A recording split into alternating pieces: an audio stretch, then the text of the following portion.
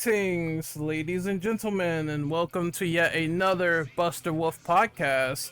We haven't talked fighting games in 8 months, and it's been a lot of news, and we're going to try to condense and cover everything for you guys and have a great time. So I'm your host, Renegade Operative, and I'd like to introduce my panel. First, we have Rat Rat.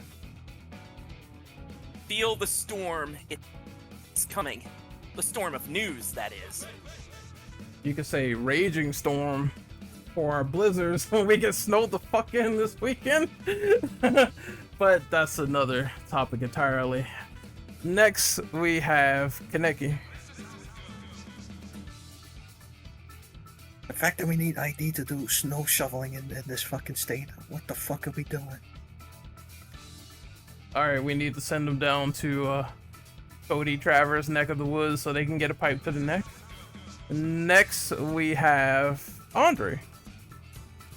Howdy peoples, we are back again with a new Buster Wolf in this glorious year of 2026. A lot of big stuff is coming. We got a lot of great big news for fighting him, so you don't want to miss this. And last but not least, we have Ronan. Introduce yourself, good sir. This is the end. And we're gonna get right into this podcast with news and information. So the big one that we didn't talk about last week that we're gonna talk about this week is Dead or Alive Last Round is positioned as the definitive DOA 6 on current gen platforms with 29 fighters, a brand new photo mode, and simultaneous free-to-play versions like Core Fighters. Do you think this is an effective strategy for bringing back old school and new school players back to DOA 6, and will it save it? I'm gonna go with Rad first. I think it's been long enough between now and the release of the original Dead or Alive 6. It was effective to see Dead or Alive news at State of Play, especially for people who aren't necessarily familiar with the franchise. Yeah, it's always nice to use an older game to bring overall brand awareness for projects down the line. I do have a lot more to say about Last Round, but for now, it definitely remains to be seen if divisive Dead or Alive 6 can keep the franchise relevant long enough. Alright, I guess I'll go next. Ooh, this one's a bit weird because I like this game. I enjoy playing this game. I have fun with this game. But it's really hard to tell if people will jump back into it and it sticks true considering the next question. But what sucks about it is that I want this to succeed. I want it to do well, but the only thing I can think of is what Emery Reigns was talking about, where this is where they should take the vital feedback into the forums into account, because a lot of people are saying there are things they really would like added to this game as much as possible. And there's some characters that are obviously missing that people kind of want to see again, and some other core features as well. Probably one of the features that people talked about the most is how they're going to handle getting rid of core values and going back to how DOA 5 got to their costumes. I don't know how. All I know is that motherfuckers better be prepared to be nickel and dimed. That's kind of how it is with Team Ninja and costumes, and I expect no different from the new ones. As for everything else, it's just, I don't know, some stuff is routine. I understand why they would put photo mode in here because, well, a lot of people are probably gonna fancy that in a lot of ways. Me personally, I just want to see the game functionality, at least have them try for it to be, a bit more decent, a bit more better. And for what I want, I'm probably not getting, but still, I'm happy to see this game have a resurgence. I do think it's funny they skipped right to Ultimate and went to Last Round, but hey, beggars can't be choosers, and I'm just happy that this game will get a little bit of a second life. For how long? I guess we'll wait and see what that means. Next up is Andre. What do you think about DOA 6 last round and some of the stuff it's adding to the mix? Okay, so I got a lot to say on this. For DOA6 coming back. So honestly, I'm with Ren. I don't think DOA6 was a bad game. I think it got screwed over because of just really bad marketing, like the whole core values thing and stuff like that, and them toning down the fan service. The gameplay itself is really damn solid. It's just like I said before, marketing really does really matter a lot, and it can matter quite a bit in the grand scheme of things, especially how a game is received. And like I am at least do like that they're giving DOA6 another chance of trying to tie people over before we get the next Dead or Alive game, which we'll get to soon. Which we'll get to soon a bit in the podcast. I really hope they just add rollback. I think all they gotta really do is add rollback. And as for apparently adding new characters to the mix, I am really interested. That's actually what got my attention the most because we see some characters like I don't know, Yakumo from Ninja Gaiden 4, something like that. But overall, I feel like this is a really definitely. I feel like this is a good idea, and I feel like this is a good move that Koei Tecmo is doing, and hopefully this does good.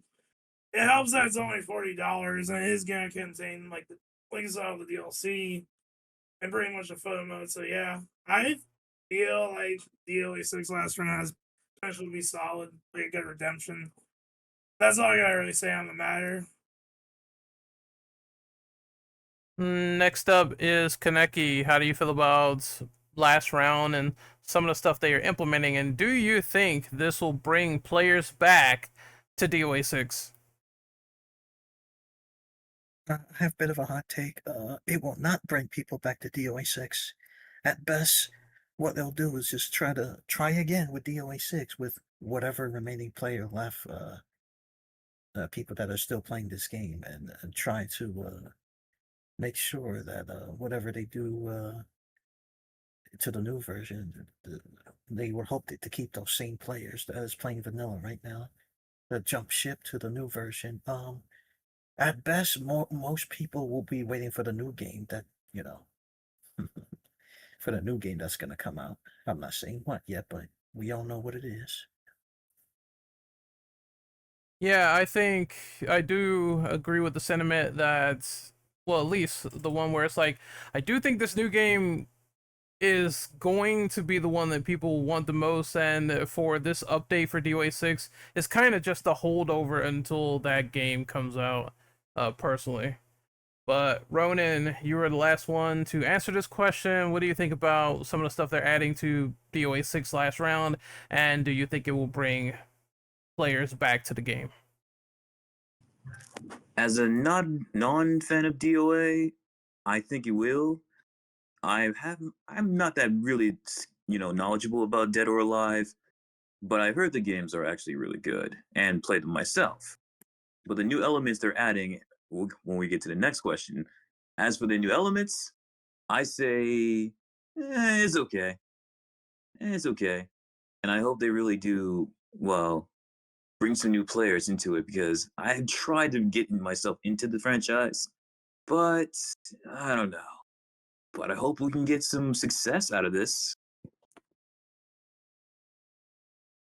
All right, and we're moving to question number 2, and that is, what do you think of the idea that this will have new characters, but no rollback and no crossplay? We will go with Rat first. This is an easy answer. No rollback. Strike 1. No crossplay. Strike 2. That's all I have to say. I don't like it. Obviously, the bread and butter of playing with friends with multiple consoles is crossplay. And when you don't have it, it sort of negates all the rest of the player base, and it makes things fucked up and confusing, and it's like, oh well, now I have to get on Xbox, well now I have to get on a PlayStation. I just think this is a giant L personally. It's cool they're having new characters. I mean, that's a given, or characters that are like kind of returning, but it's not enough in this fighting game climate of long ongoing support. We kind of saw it already with MK Collection and how they didn't have crossplay and how those numbers are dwindling. I just think that developers need to take better notice, and then we won't have problems like this. Rollback means, okay, so I have a hot take. I actually had good connections with DOA online for DOA 6, but naturally, I'm always going to say if you have rollback, put it out. This is another L for them. And it will bleed a little bit into DOA 7 of what not to do and what to do, but this is already a prime example of that, and I just hope that they notice they have enough time from here to the summer to at least try to mitigate some of that damage, but that remains to be seen personally. Next up is Andre. How do you feel about new characters but no rollback and no crossplay? Oh, well, I guess disregarding what I said, but yeah, I don't think no crossplay. That is a big L on the roadback because in this day and age, it really is a big deal because we're past the dinosaur age of delay base. So, oof, yeah, I mean, like I said, I feel like new characters might tie this over, but again, like I said, there's so much the characters can do because if the whole game isn't really up to snuff, then it's gonna suffer. So, so yeah, I feel like hopefully DOA 7 doesn't run into this issue, but that's really all I have to say on that matter. Kaneki, what about you? How do you feel about no crossplay and no rollback? Okay, so I'm not gonna lie. Remember when we shit on Sega for the state of play for the Konami shit? This is where I'm gonna praise Sega on this. They re-released Virtua Fighter 5 on modern platforms and PC with rollback and crossplay. Where's the excuse, Team Ninja? Well, what are we doing here? Sega can do it. These fuckers can do it. Also, new characters. What new characters they're going to be adding though from the beach game that is Japan only? That's probably my only guess. But this is such a huge L. Where even Sega did this fucking better than Koei Tecmo. Ronan, what about you? What do you think of no crossplay and no rollback for DOA 6 last round? It's going to be a nightmare. Like, I will be brutally honest with you. That is an L take, and I hope they actually fix this idea. As for new characters, they'll probably throw in some Ninja Gaiden characters like they did with Momiji and Ayane, or possibly even throw in Rachel, or possibly even throw in Elizabeth or Genshin. That's probably their new characters they're gonna announce. So we are moving on to the third question, which is them having missing DLC as well for Mai Shiranui and Kula Diamond. They will not be returning, and we will not be getting any upgrade discount if you bought the entire game. Well, you won't be getting anything discounted. You got to pay that $40. How do you feel about that? I'll go with Kaneki first. That is for strike three. If this was Rad's turn, he would have said this is strike three, and I would agree. Because I don't care if those characters broke the fucking game in terms of gameplay. Mai and Kula were the reasons I even picked up the OA6 in the first place, and the fact that I get it, license expires, right? But they couldn't even try to get SNK again to keep those licenses just for the upgrade. This is no mas. At best I'll try Core Fighters, but I'm not paying the $40. Yeah. At least I'll get my Ninja Gaiden characters for carried over for the Core Fighters, but I'm not paying $40. Sorry. Yeah, that kind of blows really, because I sort of suspected this would happen, because people were telling me when I was playing DOA 5 and I was saying, "Wait, Maya's in this game. How can I buy her?" And when people were like, "Oh no, you can't because she's not in the store anymore." I'm just like, "Fuck, dude. I missed out on an opportunity to have a character, and now that will never be granted to me ever." I got And lucky as fuck on that day.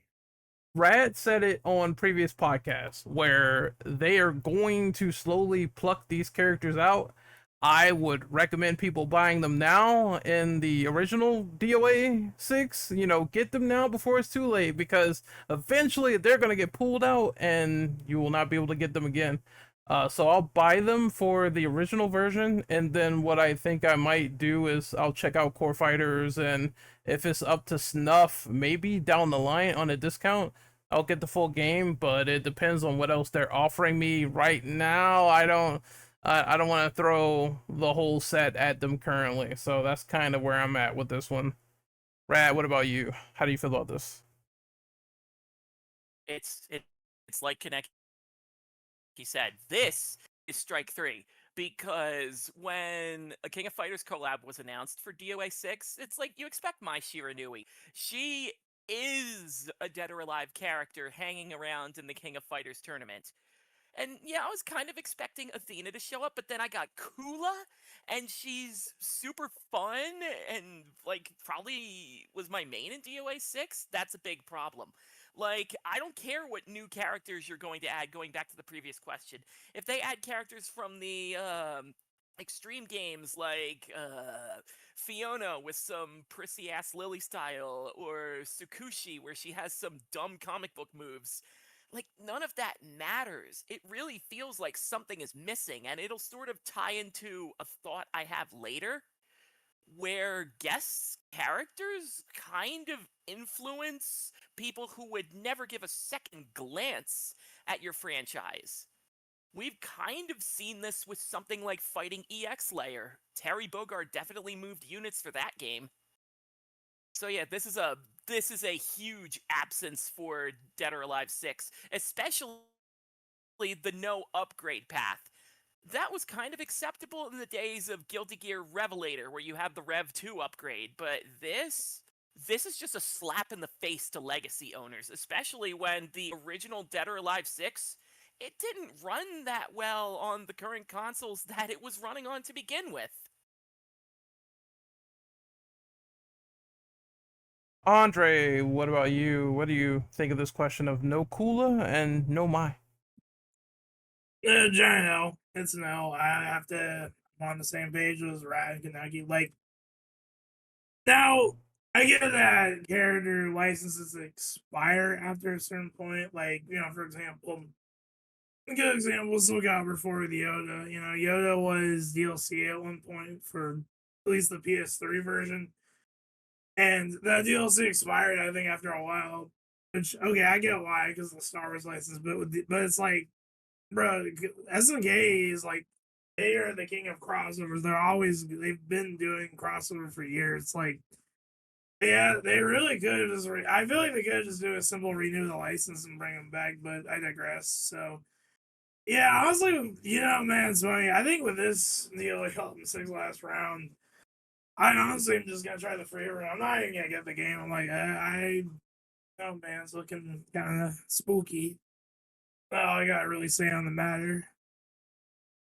Ronan, what about you? No Mai, no Kula. How do you feel about this, and no upgrade path? As my God, where do I begin? No Kula or no my Shiranui is just a bad thing for most DOA players, and like what everyone said, it's pretty bad. And plus, for legacy players and everyone else, it's kind of a bad thing. I get that, licensing issues and everything else. It's like, say, like what Andre said with Soul Calibur and Fighting EX Layer with Terry. It's a bad thing, because it really like spits in the face for those guys who bought it. Yeah, I believe those DOA forums again. Let your voices be heard on that Reddit. Let them know. Don't harass them, obviously, but obviously let them know that, hey man, we kind of want this a little bit reverted. So I believe that people should have full access to what they bought before, and just make it a little bit more streamlined and easier. I don't really see a problem, especially if it's like people said, Des did this before. But we're moving on to the exciting stuff, which is DOA 7. So at the end of showing last round, and I was crying like a baby. I was screaming like a bitch when they showed this, but we saw Ryu and Kasumi fighting in a new stage, new area, shiny new graphics, and then it said a new Dead or Alive is in development. What do you guys think of this in particular, and what do you want for this game? What is your biggest hopes, gameplay wise, roster wise, online features, competitive viability, all that good shit for the next Dead or Alive? And I will go with Rad first. First and foremost, this special system you had in DOA 6, that's gotta go. That is no bueno. I don't want my one button specials in there, like into a combo into a heavy hit. Nah, none of that. For DOA 7, well, more Ninja Gaiden characters would be nice, considering Ninja Gaiden 4 happened, and considering Ninja Gaiden is so integrated into the Dead or Alive universe. Online features, you already know the deal. Crossplay, roll back, or go home. I don't really have much to say about competitive viability. That's going to be more up to the community and the balance department to handle, and that is absolutely a come what may situation. I just hope that Koei Tecmo and Team Ninja keep tabs on this game and keep it fresh. They're going to do that with new characters anyway, but I'm hoping for more a tight grip on keeping the game balanced. Don't let it get too far away from you. Granted, Dead or Alive is not exactly a franchise where a single character will run away with the meta, so I'm not too worried about that. But overall, I just want the story to not be embarrassing. Take the focus away from Honoka and Marie Rose. They've had their time, okay? It's all about Doatek. Please, first and foremost, everything around that. And the ninjas that are trying to tear it down / whatever's going on. All right, it's my turn. Okay, clearly, I'm just a simple man and I want simple shit. So this game should totally be like DOA 5 last round, but fancier graphics and obviously improvements. And I agree with the super bar. Obviously, when you decide to do a one-hit move into a finishing blow, and then it takes all your health, it's stupid. Okay, it's honestly dumb. But one thing I did like is the environmental stuff that's gotta stay. Hitting people off of giant mountains and jumping all the way down. That ridiculous stuff needs to still be there. As for characters, we're all gonna say Ninja Gaiden 4 because, and I'm gonna go a little bit in detail with people from the Divine Dragon Order from that game, Kagachi. You could add him as a sword character. That could be something different, and it could work.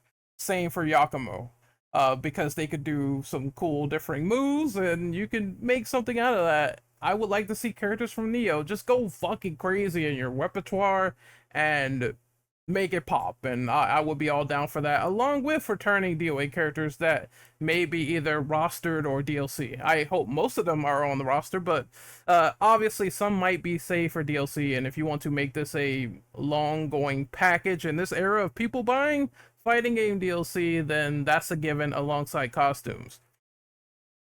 Competitive viability, I don't really have much to say on it. It's all going to live and die on what the fighting game community thinks, and well, if the game is not that good, it's not going to last that long. It just it is what it is. It straight up is called down the middle on that, but I hope it lasts for as long as humanly possible and people support it. That's the best thing I could hope for. Features stuff that DOA 6 last round is not doing, which is rollback and fucking good netcode and crossplay. All that you need to implement in DOA 7, at least if you're not gonna fix up last round for DOA 6 in any capacity to that effect. I think you need to do that out the box day one, because yeah, we're not in olden times anymore. It's time to get with the times or be left behind. And I think that's about it. I would say last thing is, please bring back 4-way holds and 3-way holds to be options to pick online, because 4-way holds confuse the fuck out of me at times, and I like it simple to old DOA as much as possible. So I would like an option to pick between whatever lobby or option you pick, and then people can sort of do holds that way. That would be nice. That's something they should do. And that's it for me. I really have high hopes for this game. I'm very excited, but feedback is going to be very vital at the same time. Kaneki, it is your turn. What do you think of the announcement of DOA 7? What do you want for this game? Damn, you beautiful bastards are answering it in deep dive. Okay, so what would I want for DOA 7? Well, obviously, rollback and crossplay, just add them in there as starters. Second, in terms of the gameplay system, I wish they could have just copied the same system they did with DOA 5 and roll with it, because what I liked about DOA 5, other than, just the fan service, is the gameplay was really solid for most of the characters. And it feels like you could do so much with each characters anytime you pick them up and whatnot. Not balanced, but it feels like a fun game. Like outside of the story, and it feels so much fun to play. Hopefully we get to that again in DOA 7.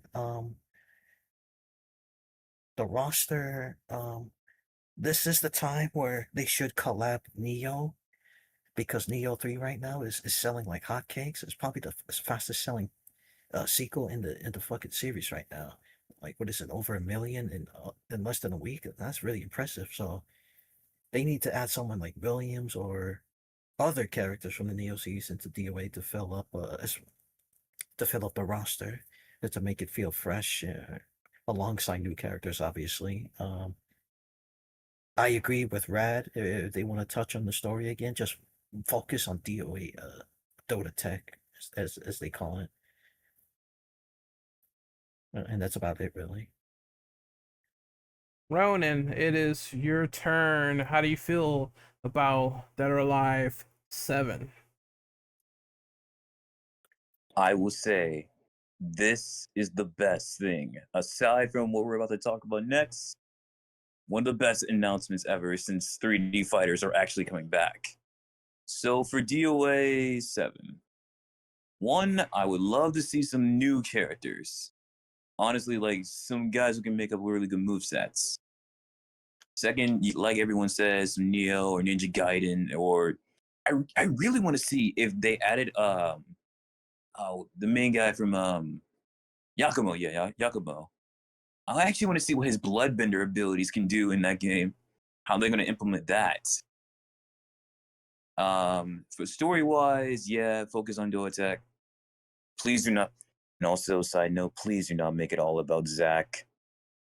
Please don't. We don't need a comedy in a fighting game. Sometimes, but other than that, and more, and yes, add William. I would love to see him. That's my boy right there. And please do not take off Rig out the roster, please. Koi. I really, really like that guy. One of my mains. But other than that, and rollback as well, because trying to get into the franchise myself. You know what? I actually fucking agree with that. Don't remove Rig. I actually like that character in DOA 5, so please don't take him out, for the love of God. Please don't.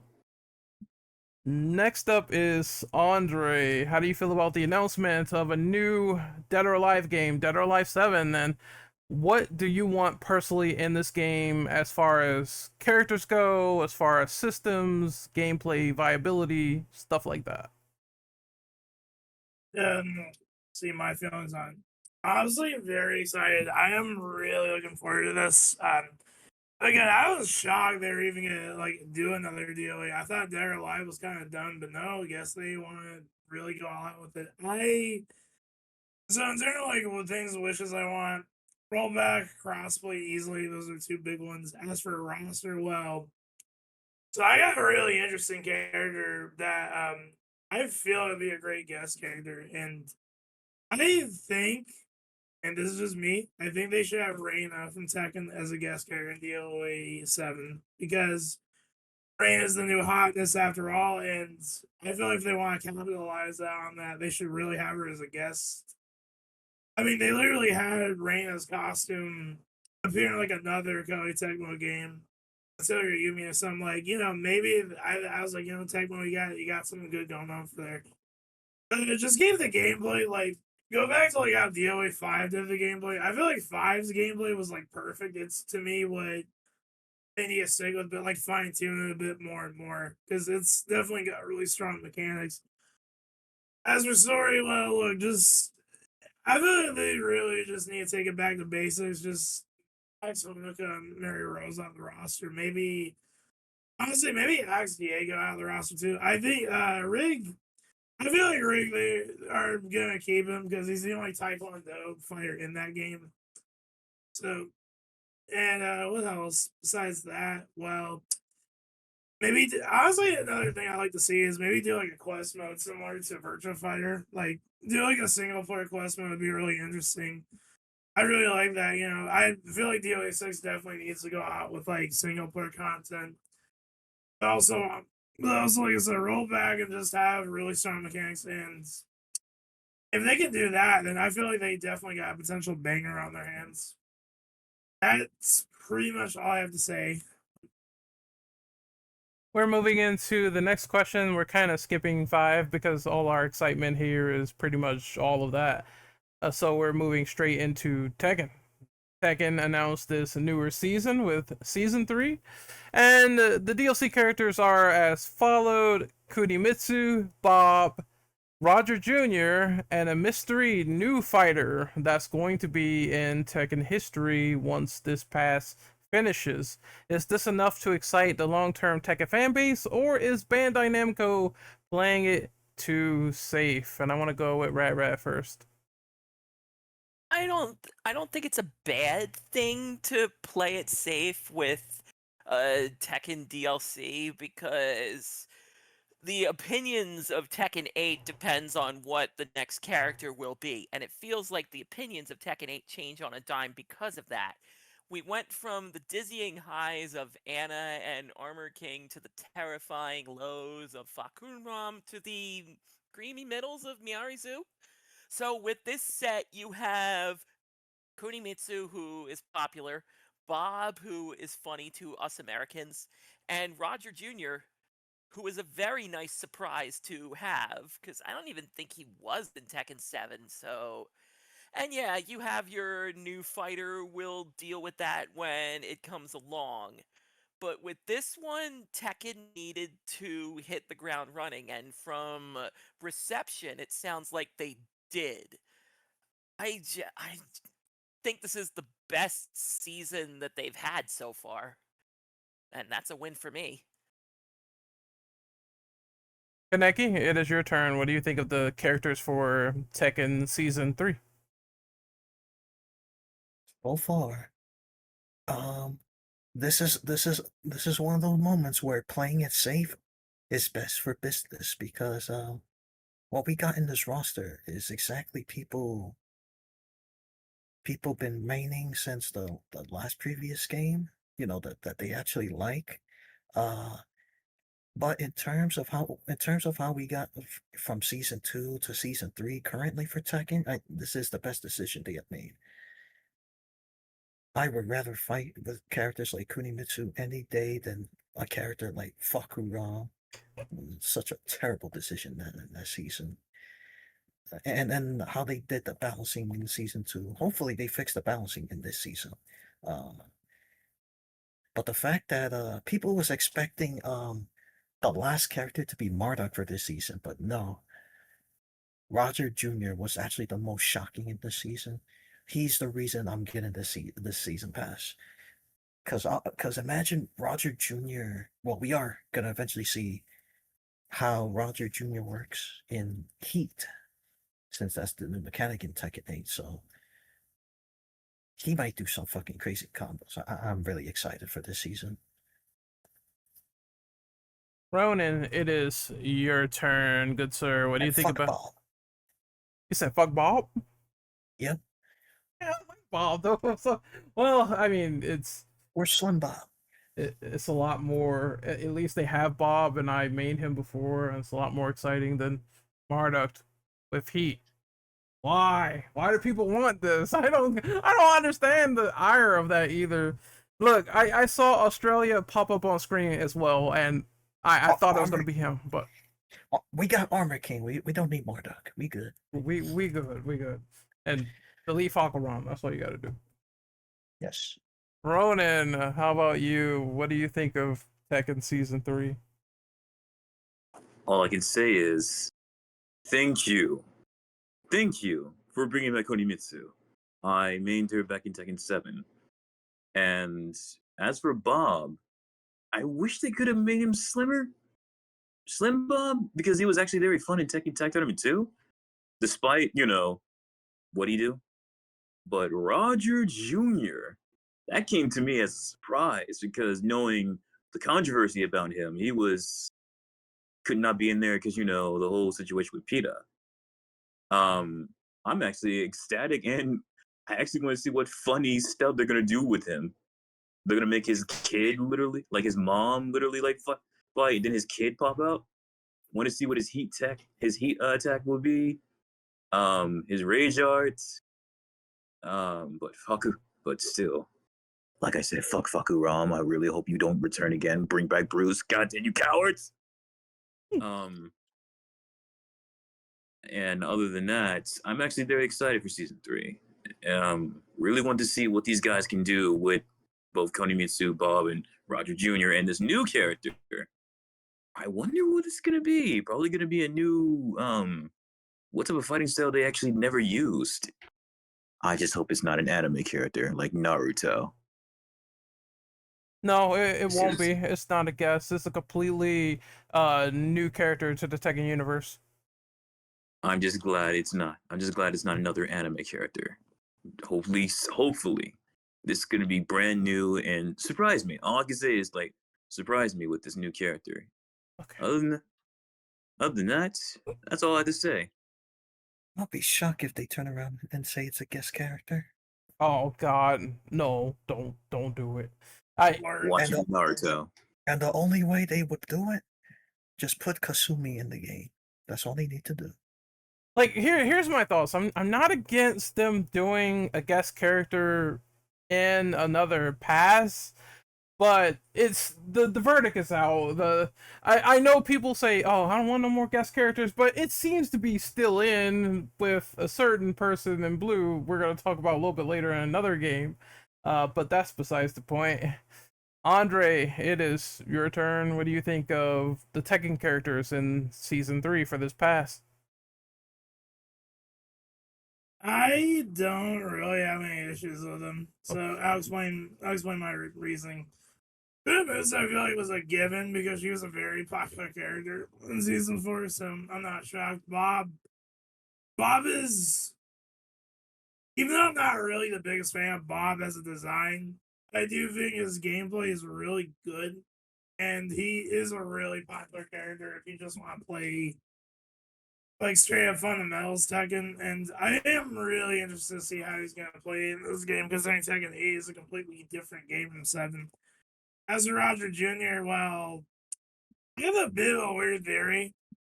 I think the reason why Roger Jr. wasn't in Tekken 7 was probably because of engine issues, because you gotta remember, Tekken 7 was on the Unreal Engine 4, Tekken Tag 2 was a completely different engine, so they probably would have had issues like rendering Roger's model in game. I know it sounds weird considering they have Kuma, but I feel like considering that Tekken 7 had budget issues, that probably could be another reason. But I'm not against Roger coming back. I'm actually really like to see. As for a new character, hey, I mean, I don't think it's gonna be a guess, but maybe we'll get a big surprise. Like I don't know, Asuka's father, something like that. I mean, that would be kind of interesting. But other than that, I feel like this lineup's not too bad. I feel like it's kind of a. I feel it's sort of the best. They're trying to take it like someone say, not play it a bit safe. Because taking a lot of risk can be kind of dangerous after a while. But that's just really me. Alrighty, has everyone gone on this question yet? Everyone? I think they have, so because my mic was sort of fritzing out. But I am back. We're gonna do a little bit of a balanced question talking about some of the promises they set with Tekken 8 and this pass that's coming. So obviously everyone knows season 2 got massively torn apart. I think it's a no-brainer that people just tore the fuck out of it when they introduced all those changes and all those moves, and then all of a sudden people are like, I don't really like this. It's a little bit too aggressive with the heat. Could you tone it down? So from the community backlash and even going to restructuring the balancing team and reverting back to the old Tekken 8 balancing team all the way back to season 1, they plan to go back to basics from what they said. So they're going to try to tone down some of the aggression, some of the heat system. They're going to try to refine it. Obviously, ranks will get resets, and they are trying to narrow gaps in performance between characters and bring the gameplay and fundamentals to what they were in season 1.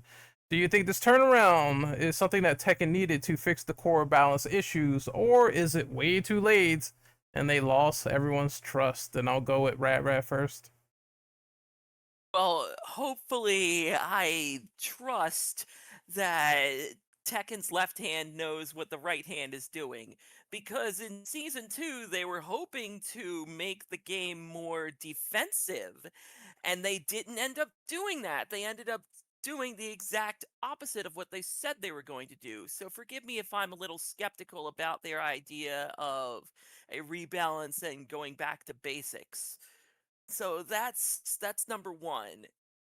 Number 2, I don't think trust is completely gone from the competitive base. If anything, they were bitching about season 2 out of love for Tekken. So I think that if everything turns out just right, if it goes in the right direction, you can gain some credibility back. I don't even think that's much of a concern. On a personal note, I was playing season 2 enough to get to Fujin rank, so seeing the rank reset again and having to go through the hell of purple ranks, shut up. It's just a little disheartening that your hard work can sort of be I refuse to use any other terminology, that it can be rolled back at a moment's notice. It already bothered me with the NRS games and Mortal Kombat 11 and Mortal Kombat 1. Just, at least you're not starting over from 0, but even so, I earned that rank. I want to keep it. I really don't have much else to say. I think I'm in the minority here. I think fun factor wise, Tekken 8 has just never been more overall visceral and satisfying. So I kind of like where it's at, but I absolutely saw the hijinks that were going on from minute 1 of season 2. So I understand the need to shift things around and try again, but please get better coordination on just what you want from this refined patch. That's all I ask. Kaneki, it is your turn. Do you think that they can make a turnaround with season 3 balancing, or is it far too late? We will have to see, because this is their last shot to make the balancing adjustable for this season, because Nina, I remind you that when season 2 started and Anna released in the same day as season 2, she can steal people's moveset with one move. That was, that was an actual bug. But yeah, I hope they do eventually fix the heat system, and have a balance where it's not just, the only one, no 50-50. Well, it has to be well, I can't say 50-50, but make sure that, not everything if you want to win is, it just has to be offensive. No, it has to be a balance. Offensive, defense. Because so far, this game is like, if you want to win in most Tekken games, in Tekken 8, you gotta do offense. And I don't, what's with these fighting games doing, reset ranks? And like any major season updates they do. Street Fighter doesn't do that shit to my knowledge, so why is these other fighting games doing rank resets? Well, at least it's not like Mortal Kombat's where they do it every month with rank resets in Combat League. That was garbage. I know how obscure this is, but I'm just there's a TV show called Mayor of Kingstown, and I'm just thinking of a character called Kareem who's getting downsized, and the guy tells him, "I'm sorry." No, fuck you're sorry. I'm here now. I don't want to work my way back to something I've already earned, something I sacrificed for, and that's the feeling I have with this general rank reset. I made it to blue. I worked my ass off to get there. Please don't make me do that again. Fuck. I don't have time. Right. Right. Yeah, that pretty much Rad sums it up. Street Fighter doesn't do that. Just follow Street Fighter's notes on that ranking shit. Okay, it's my turn. I guess I'll bitch about my rank a little bit. So I was yellow. I think I was between yellow ranks, and I stayed there for a while. Then I got to orange, and I was there forever.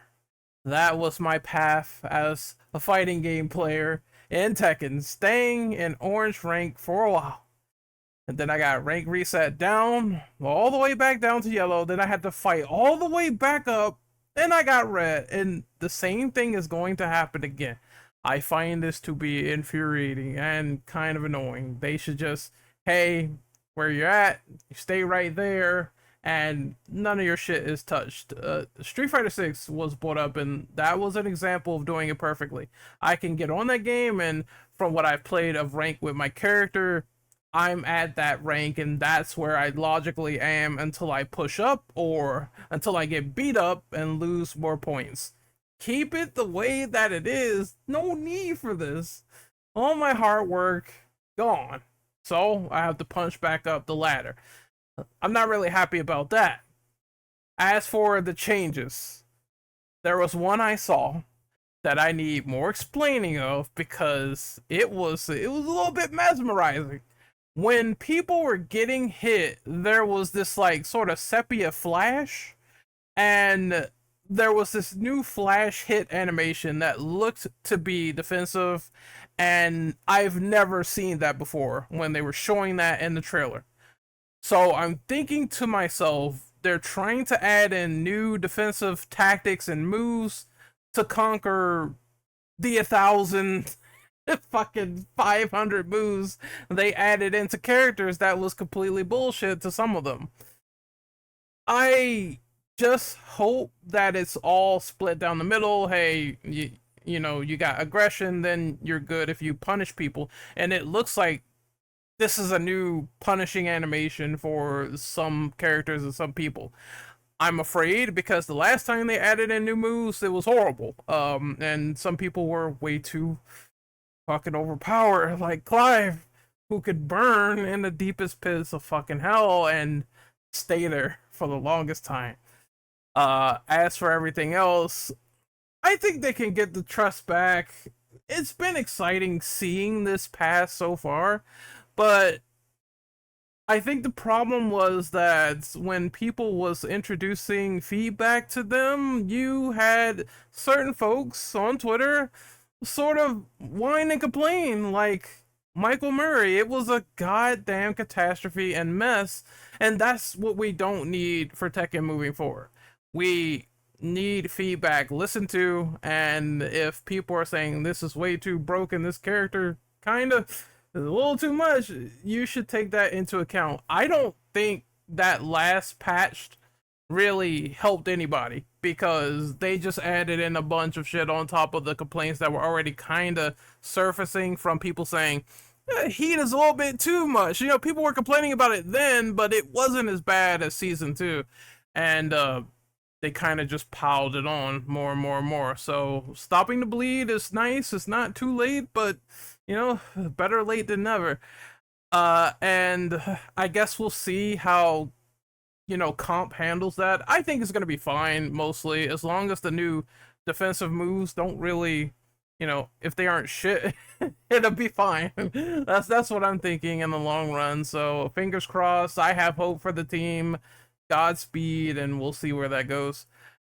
Ronan, it is your turn. What do you think of the new patch and the things they're adding? And they're trying to go back to basics, season 1 with Tekken 8.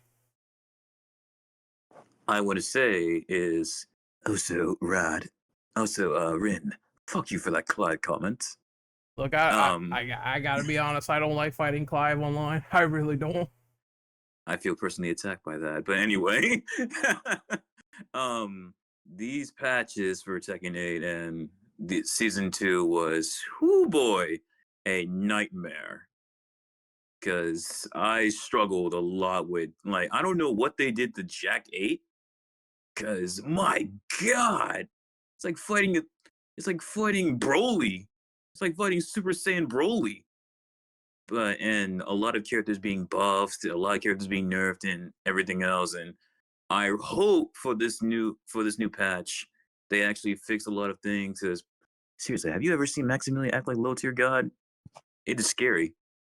When he was playing Tekken 8 in that new patch, it was the most terrifying thing I've ever seen. It was. So I have a little faith for this new team going back to the bases, which is really, really great. I hope they do this because they need to honor the big man Harada, because after his because he was the face of the franchise, and I hope they can honor his wish, not defecate all over it. Last but not least, Andre, what are your thoughts on this entire rework and balanced patch of Tekken 8 for season 3? Let's see, rework. Wow, man. Okay, boy. Got a lot to say on this one, so I'm not gonna lie, I'm gonna be brutally honest. Tekken, I have a very big love and hate relationship with Tekken 8. I enjoy playing it and I hate playing it, and the reason being is like there's a lot of cheesy shit in it, namely the heat stuff, and that's really what kind of prevented me from like wanting to get really serious with the game, because some characters have some really broken ass heat engagers, like say, I don't know, Anna fucking Fakamon or some shit like that. So I'm glad they're actually going back and trying to reset the game in general. Like, okay, we're going to go back to basics and, you know, make the game a lot more, go back to what had the game begun, and not, you know, do all this cheesy stuff. This might seem like a hot take. I'm actually all right with them resetting the rank, because if they're treating it sort of as like a return to form, which by all means go for it. And I feel like this new team, they've got a lot to. I think season 3 is going to be successful. I feel like it'll be a good season. It's just it's a wait and see, but I've got faith in the new team, considering, like, since Harada left, which we're going to get to in the next question. You know, I feel like Tekken 8 is kind of looking up a bit, but yeah, that's really all I have to say. Alrighty, now, a lot has happened since this podcast 8 months ago, and I remember when this happened, and it took the world a storm. Harada is stepping down. He has retired from Tekken and Tekken Team. What do you guys feel about this marking a major era shift for the franchise? And I will go with Ronan first. First of all, man, Harada was like I said before, Harada was the face of Tekken. And to see him retire was like seeing an old friend go to college, like leave home and go to college. So Harada leaving kind of did leave me a little sad because he was one of my inspirations for fighting games development. So it kind of hurt my soul, but I really hope for his endeavors. I really hope he really wish the best for him. He is forever be the shut up, sit the hell down guy, and don't ask me for shit. I'll always love him for that and for his enthusiasm with the FGC and everything else. Still laughing at Yoshinori Ono trolling him. But other than that, I hope he does better. I hope I wish him well, and farewell to you, Harada. Okay, this reaction has spurred two sides of my brain, as it always does. The first side is, oh man, I would say three actually. The first side was, oh man, that sucks that Harada won't be part of Tekken anymore. And then the other side was like, well, I can understand the decision to retire because working on video games is extremely hard. And the main reason for this was because of Itagaki passing away. And he figured, man, I just don't want to be working on the next Tekken forever. I want to spend my life in peace and retire before it's too late. And I believe that's noble. That's fine. And then there's the other part of my brain where I am like, well, guess who's gonna be in charge from here? It's gonna be the rest of the Tekken team, which is good, and Michael Murray as the PR piece. And every time I think about it, it makes me insanely angry because, oh man, that's just a giant boo from me that the guy who said why sidestep when you could block is going to be in charge of community relations with Tekken. I just hope that in whatever brain that he has, which is not really the biggest, as we've seen with his statements, that he just plays a advisor role and does not fucking speak to any of the fandom at all unless it's critical feedback. He takes it and then he implements it into a system, and that's it. I don't think he should be doing PR. But as for Harada himself, it's saddening, but I understand it completely because I would rather him retire in peace than to be slaving on something and then, he gets sick and then it's like, oh no.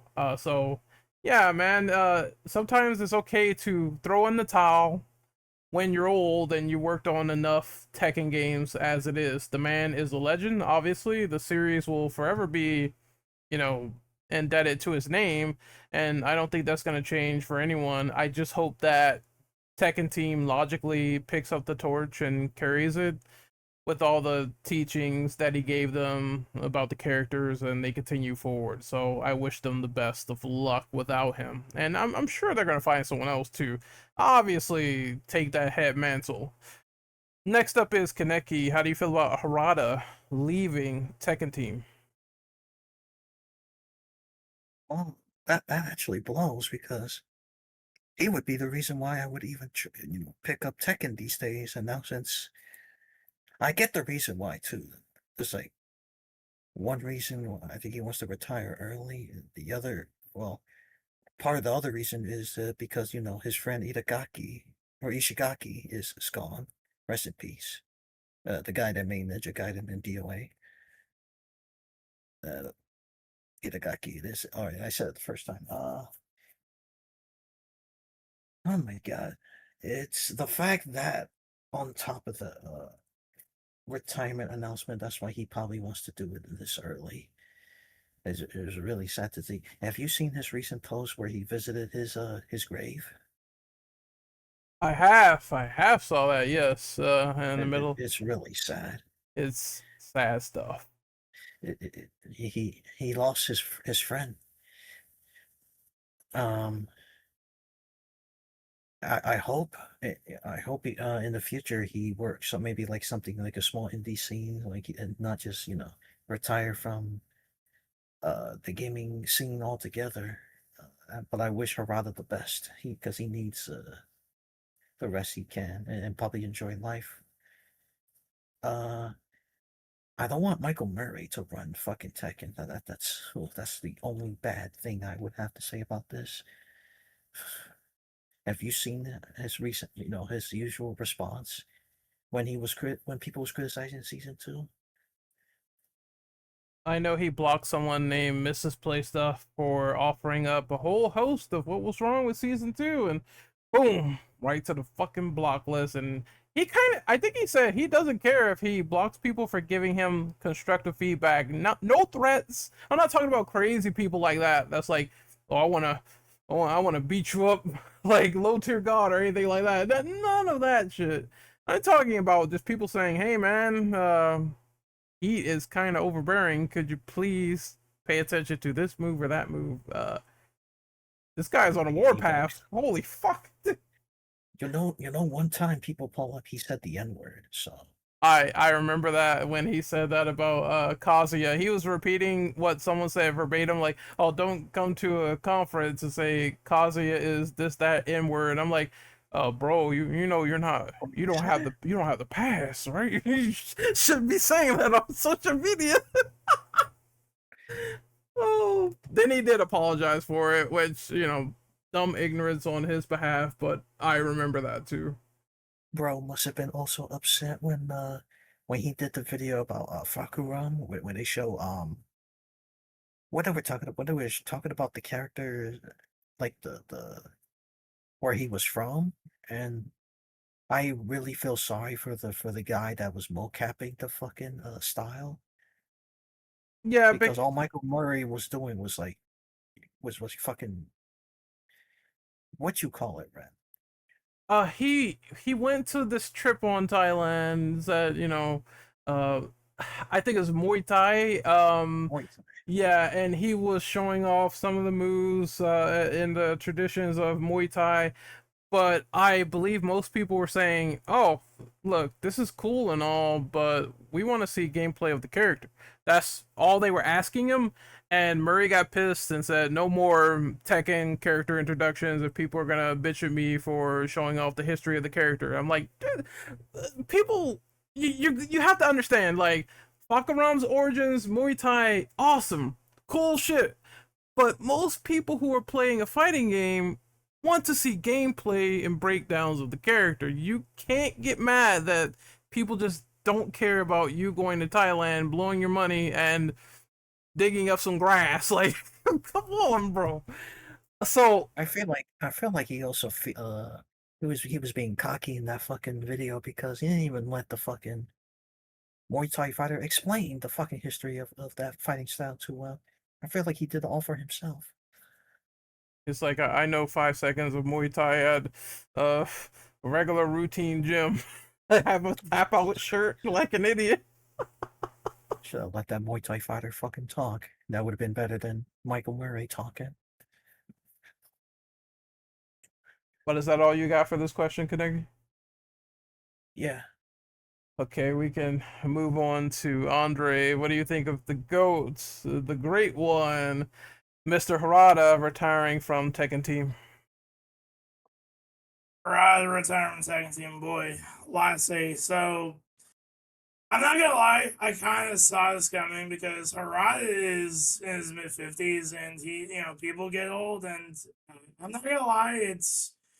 When I heard the news he was gonna retire, it was really bittersweet. I was like, dude, this dude did a lot for not even really just Tekken, but fighting games in general. He had a genuine passion, rivalry with Ono, best bum bros of the Igaki, rest in peace. And really also was a big inspiration for Ed Boon, who did Mortal Kombat. So like Harada was that dude. He did a lot for fighting games in general. So, and it's appropriate considering that Tekken now is a franchise that's 30 years old. So it's like why should I should it's time to bow. And when you think about it, Tekken 8 kind of was a bit of an end of an era, sort of. It was really the end of Kazooie and Jin's rivalry.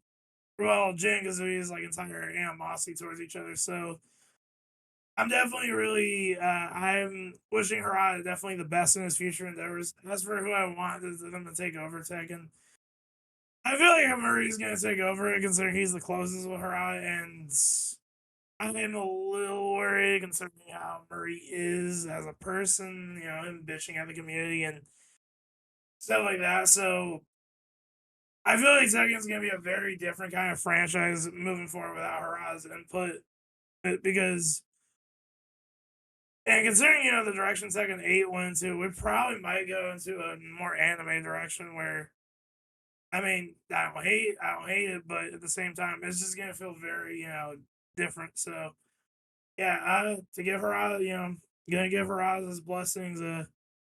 Wishing nothing to do the best, but yeah, that's really all I gotta say on the matter. I'm gonna miss. Don't ask me for shit. That's the main thing I'm gonna miss the most out of. Shut the hell up and And sit sit the the hell hell down. It's just perfect. Shut up! Shut up! Sit the hell down. Shut Don't up. ask me for shit. I Don't ask me for shit, okay? That Rad, dude was a character. Rad, this is your turn. How do you feel about Harada exiting Tekken Team? Harada's contributions to Tekken will be felt for years to come. Ever since he kind of 50-50 was director on Tekken 3, he's the one who thought up Tekken Ball. He's the one who presented the idea of Tekken Tag Tournament.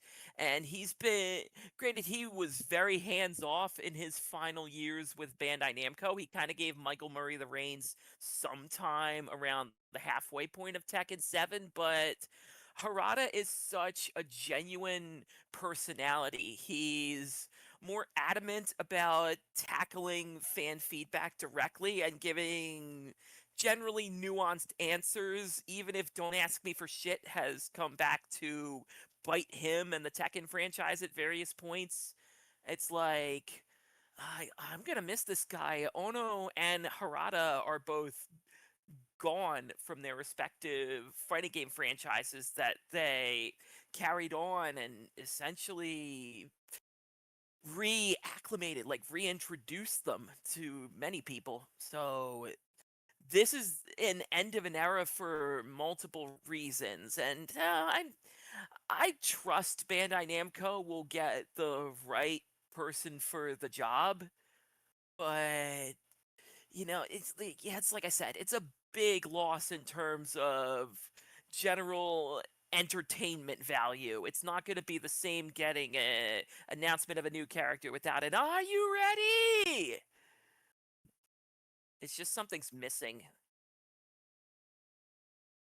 Yeah, I just hope whoever steps in, has the same sort of exuberant energy and grows on people over time. That's what I'm waiting for. But I want to move on to a quick bonus question here. I was gonna throw this in at the end of the document, but I'm gonna put it here since I think it's fitting to have high energy on this. So, Saudi blood money, Saudi Arabia, they own Evo fully. What are your thoughts on this? Kaneki, you go first. I'm sorry, you said Evo owned by the Saudis fully? Well, man, let me tell you this. I better see boycotts immediately, instantly, guaranteed. Because what the fuck are we doing? People was also protesting when Sony bought Evo that they thought it was the worst decision they did. This is one of those moments where you gotta apologize to Sony right now. This is terrible. This is almost like if Saudis bought WWE, which almost happened. This is not good news. I'm done. Okay. So as far as I know, these guys are trying to be the entertainment moguls that take over a good bulk of the industry, and as people know, monopolies aren't really good. And my response is gonna be no different here. They already, dude, it's like they already have hands in some of WWE. They already have hands with some of the stuff with SNK, trying to buy stuff up. God, they were about to buy up WB at one point before they got outbidded. So these dudes have their hands in every fucking thing. I at this point I kind of wish for the Sony shit to be true, where they owned Evo for the longest time, but no. So I don't know how this is gonna go. I just hope they don't stampede all over the fucking scene, but clearly they will, with banners everywhere. Promoting. I forgot to add another thing. But My condolences to those female cosplayers that cosplays the female characters in fighting games over there, Evo. wait, what happened over there? Bro, it's the Saudis. You know they're not gonna let female cosplayers cosplay as Cammy. Watch. That's my prediction. Well, Saudis don't like women. well, throw that one out the window. Yeah, I just think that it's gonna be weird moving forward. Chipotle and the Saudis, like, what the fuck is going on? Right? What do you think of this? I'm a bit more optimistic than most people are, because, well, Kidia, the company that is own Evo, has essentially had their finger on Evo's palm for a while. You see constant advertisements for the Esports World Cup that is essentially Evo's next door neighbor. And I really hope this does mean a return in overall prize money, because you can do a little better than first place busting their ass and getting $15,000 out of it. I know you can do better than that. I know you've got the finance. I don't feel like things are going to get too ridiculous. And I really hope I'm wrong on this. I understand why people are hesitant. I know guys like Maximilian are just hands off of attending Evo because he sort of wants to stay away from that whole Saudi maelstrom. And I think Sajam is of the same mind. There are going to be other tournaments out there. There is Combo Breaker with its legendary mystery tournament. There is CEO, which is going to be in August, the hot Florida summer. That's going to be a blast. There's, of course, your East Coast offerings as well. It's like Evo Vegas is Saudi owned, but it is not the end all be all of the tournament scene. Like, go out to your locals, support them, treat them like the Evo that you think they should be. If this perturbs you that much. But I will be watching Evo this year depending on how things go.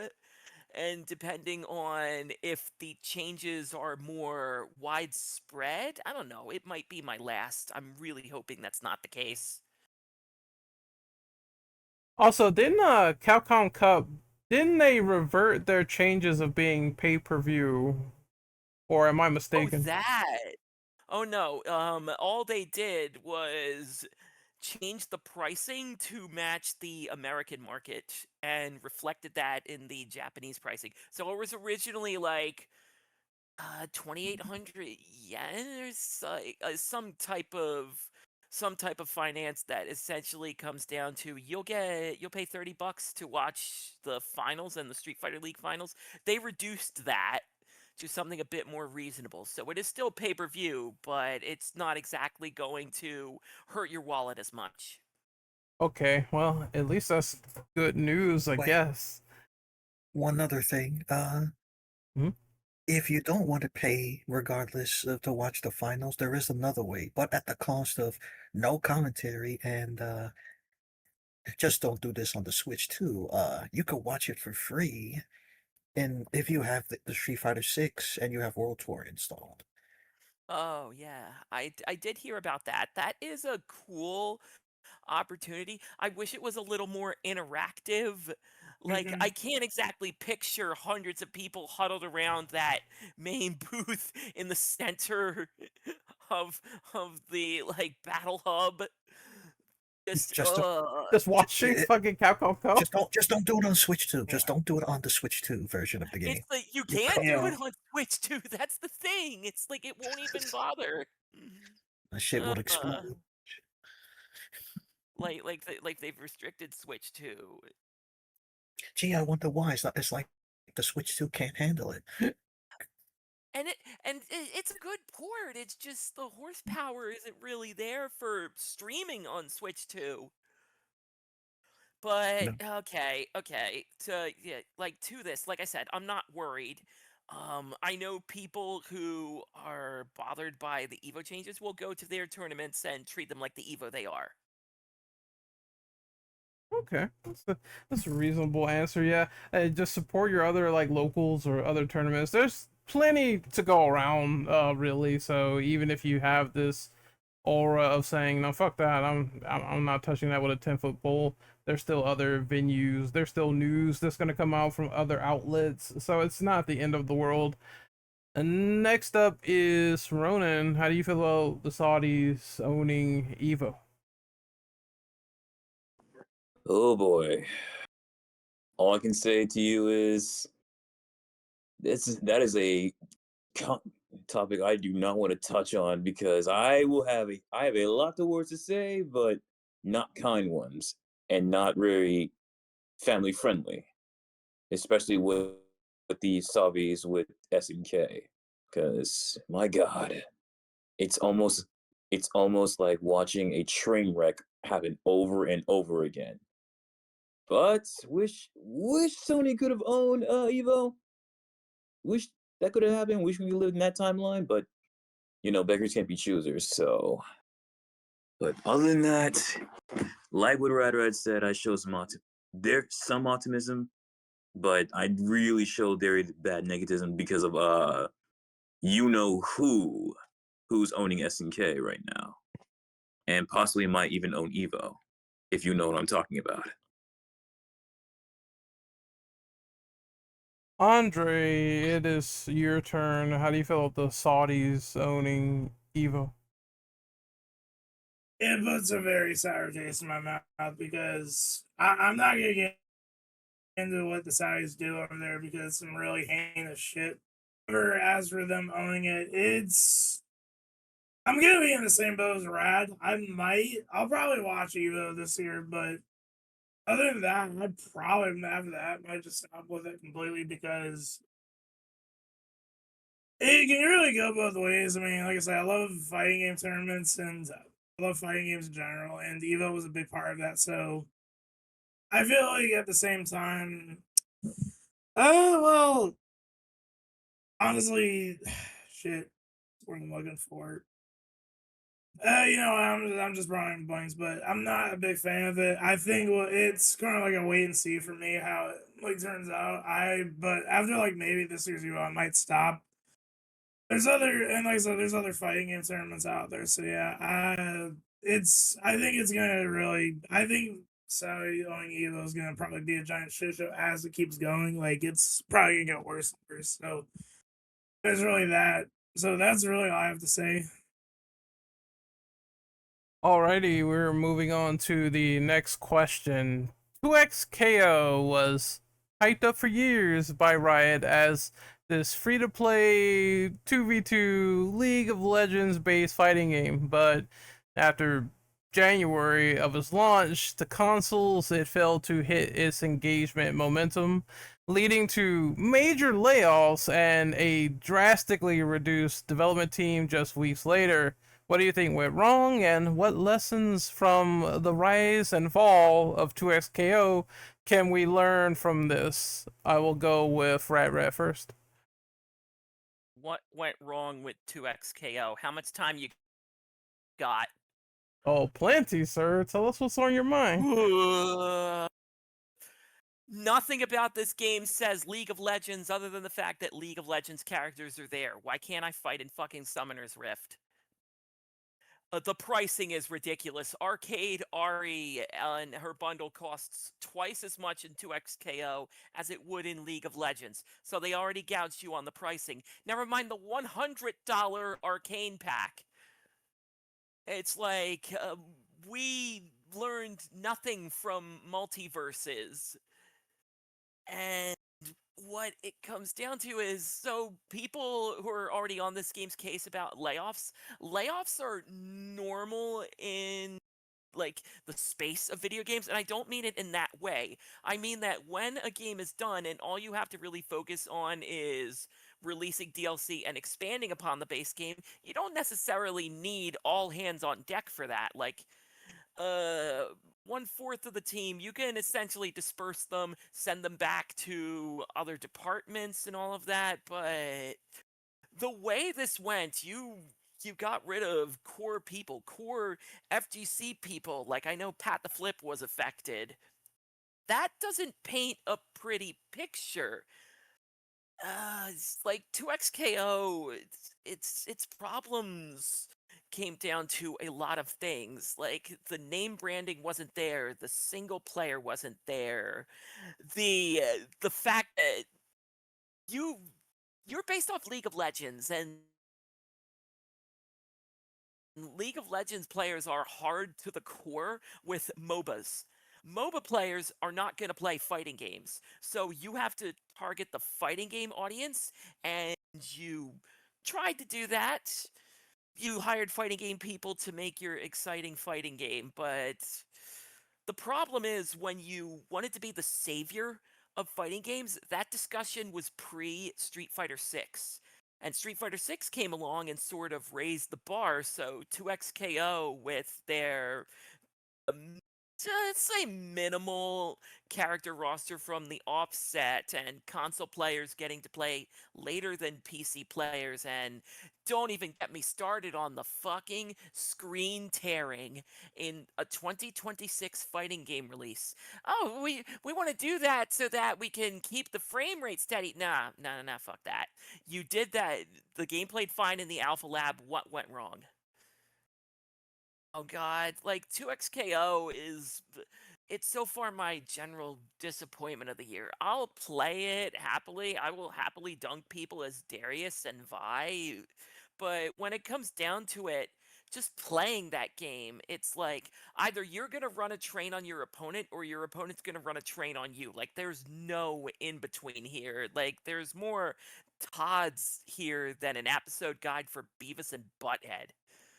Like, this game is not beginner friendly. Get ready to get raked over the coals with this one. And that's what makes it so disappointing. Like, this game could have been so much more. It just starts with the title. Like, it should have been, like, something connected to League of Legends, like League of Fighters, the Rift of Fighters, something cool like that. 2XKO? What even is that? Like, so much went wrong with this game. I hate to see it blow up in the face of everyone who worked on it, but well, let's just say Riot was not exactly your friend in the fighting game community. Also, for the record, I've always thought this name was dumb. It's from the moment they announced it officially, I thought it was dumb. Kaneki, what about you? How do you feel about the fall of 2XKO?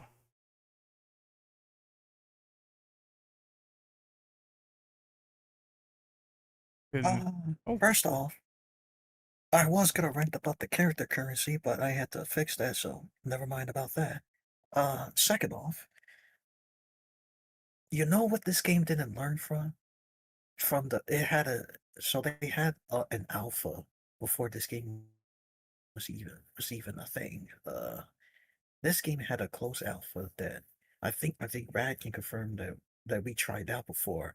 They did not follow up with that alpha. Instead, they were like, you know what? Let's make the game horrible after that alpha and changed almost everything in terms of the gameplay. To what made The the alpha fun. feeling, the feeling that I got from the Alpha Lab to retail release is let's slow the game down. That too. Way down. That kind of reminds me of It's like we multiverses. really didn't learn from multiverse. The same brain cell. Yeah. Well, I don't remember experiencing screen tearing in multiverses either, so this is new. They also nerfed a lot of the combos from the alpha. Like I said, they changed a lot from the alpha, not just from the speed and from the gameplay adjusting. The combos, you had to learn new combos all over again, not just and it's not just like a simple infinite combo corner you learned. They changed everything. It's just so stupid. Also, the arcane pack. Why is it $100? Wait, Can this game die already? they have $100 The DLC? Arcane Pack. So the Arcane Pack is you'll get some character tokens so you can unlock characters for free. You'll get skins for characters that were in the Arcane TV series because that's the other big thing around these League characters. It's more than just the skins and all of that, but even so, you're asking to dive into this game for $100. We're not there yet, even on like average AAA games. Oof, no. No, fuck that. That can... I didn't know that actually, so that idea can go burn because that just seems like a ripoff to me. So I'm just glad I got 3 characters for free. I really don't care about who else they. Oh no, technically 4 because I did the Caitlyn challenge when it was launched on consoles. So that was nice of them. But other than that, like, can this game die? I'm ready for it to be fucking dead and buried. if it keeps going on like this and just losing people, was that maybe the next update could be the last. Anything can happen in this industry. You never know. What about you, Ronan? How do you feel about 2XKO? Any thoughts? Yeah, it sucks. I'm just gonna be blunt. It sucks. But other than I was expecting, a really good. Even though I really do not. Here's the thing about me. I do not like League of Legends at all. But I tried to check out this game out and said, "Huh, a free-to-play 3v3 tag fighter League of Legends fighting game. It sounds amazing. It sounds good on paper, right? Why is it so bad?" Like the only characters I actually play in this game were I believe his name is Yasuko? Yasiro? Am I saying it name right? Yasuo, aka Yasuo. Shitbird Wind Barrier. Yeah. What Warwick and Darius. And I played these characters a lot and I go, this is just literally just Virgil. This guy's literally just Virgil. I thought this would be fun. But sadly, just let this game die. And also to piss everybody off, I bought Hunter x Hunter Nen Impact to spike this game and mastered it. So Oh I have to God, you say got right worse. now, I'm sorry for you. yes, I bought this game out of spite to literally have to get that taste out of my mouth. So I had to say 2XKO. And by the way, what kind of name is that? I had to agree with everyone else. What kind of name is that?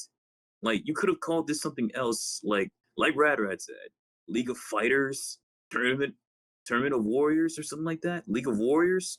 Come on, this game is just boy. I just hope my future, and this is like a thing I have to say. I really hope Invincible versus not follow the same pattern this guys do. I know it's a different company, but still, I just hope we don't see a similar pattern with Invincible versus or the later game we'll talk about is Tokon. So other than that, 2KO, this game sucks.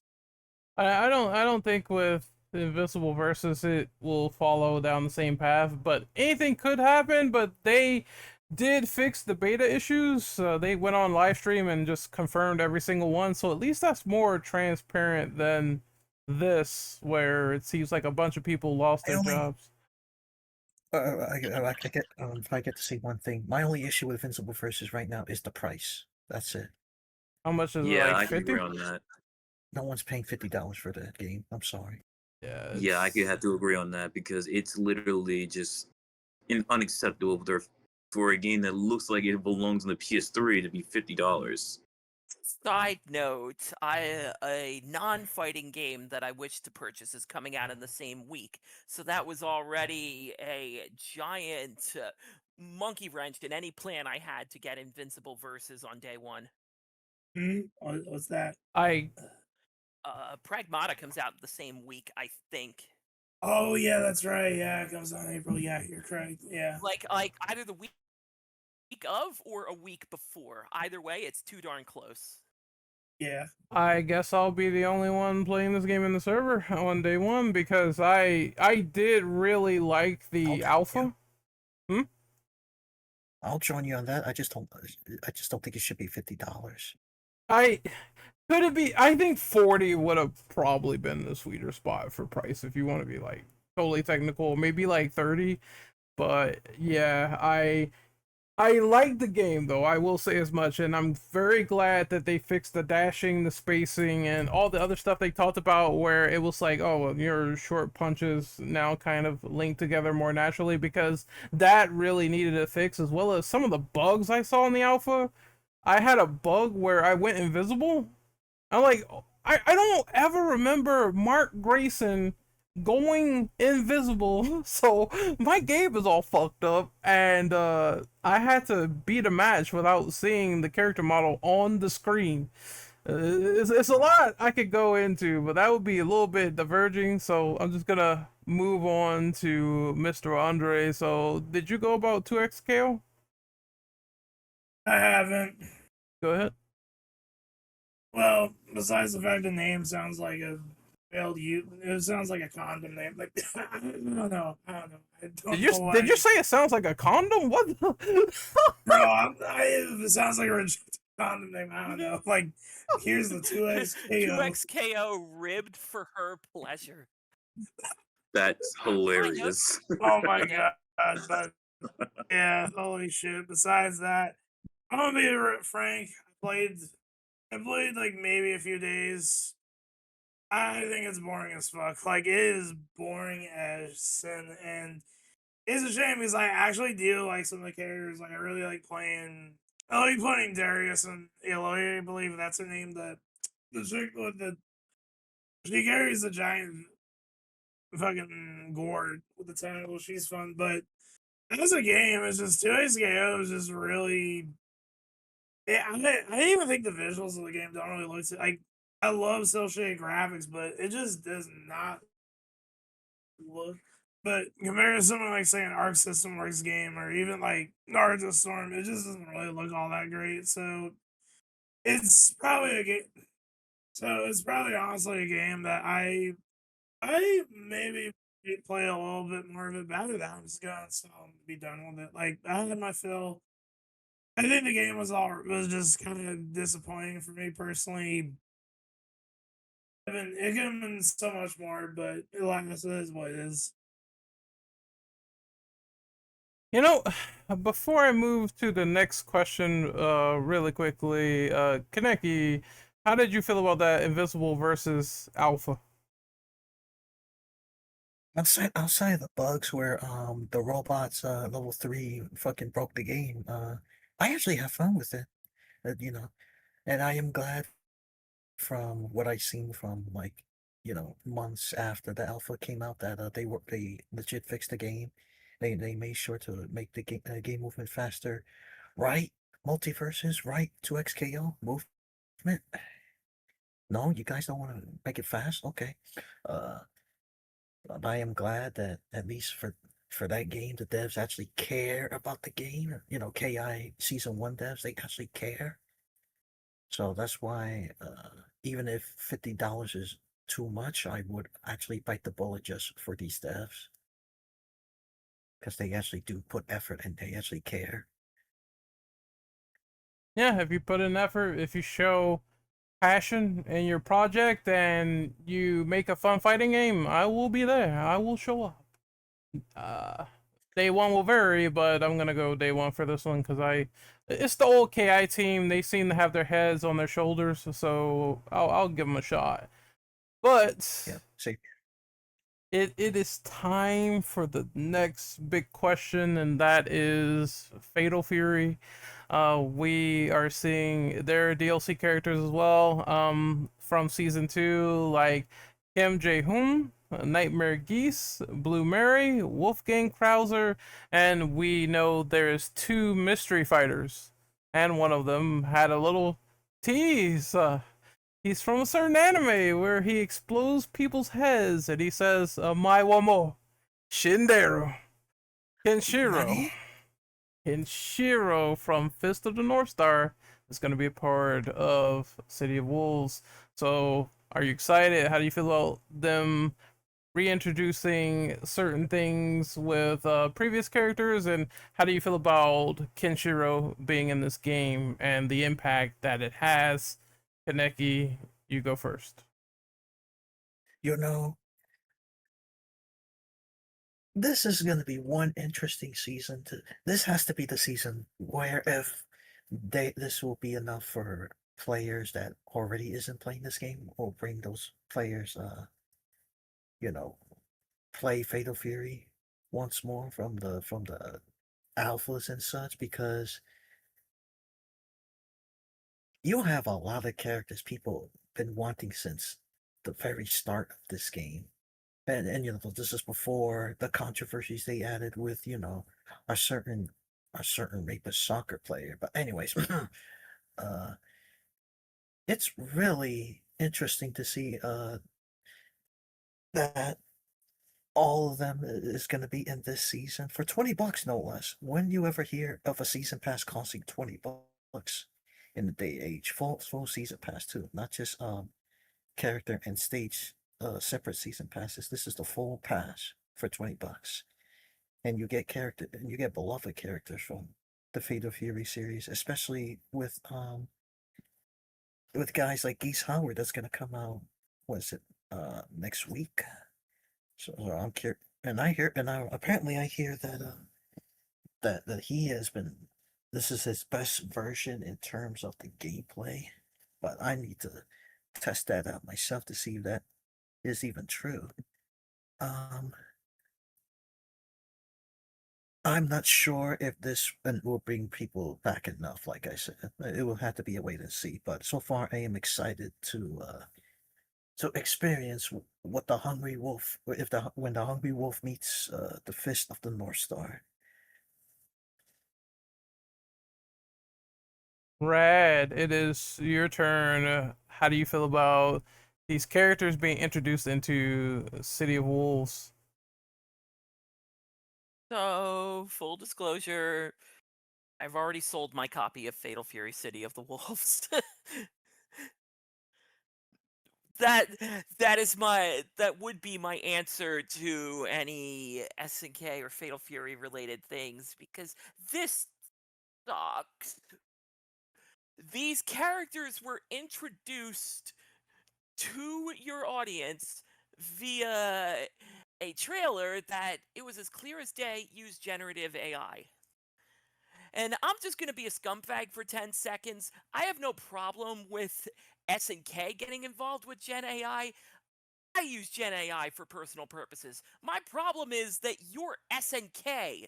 You are known for some of the greatest art known to fighting games.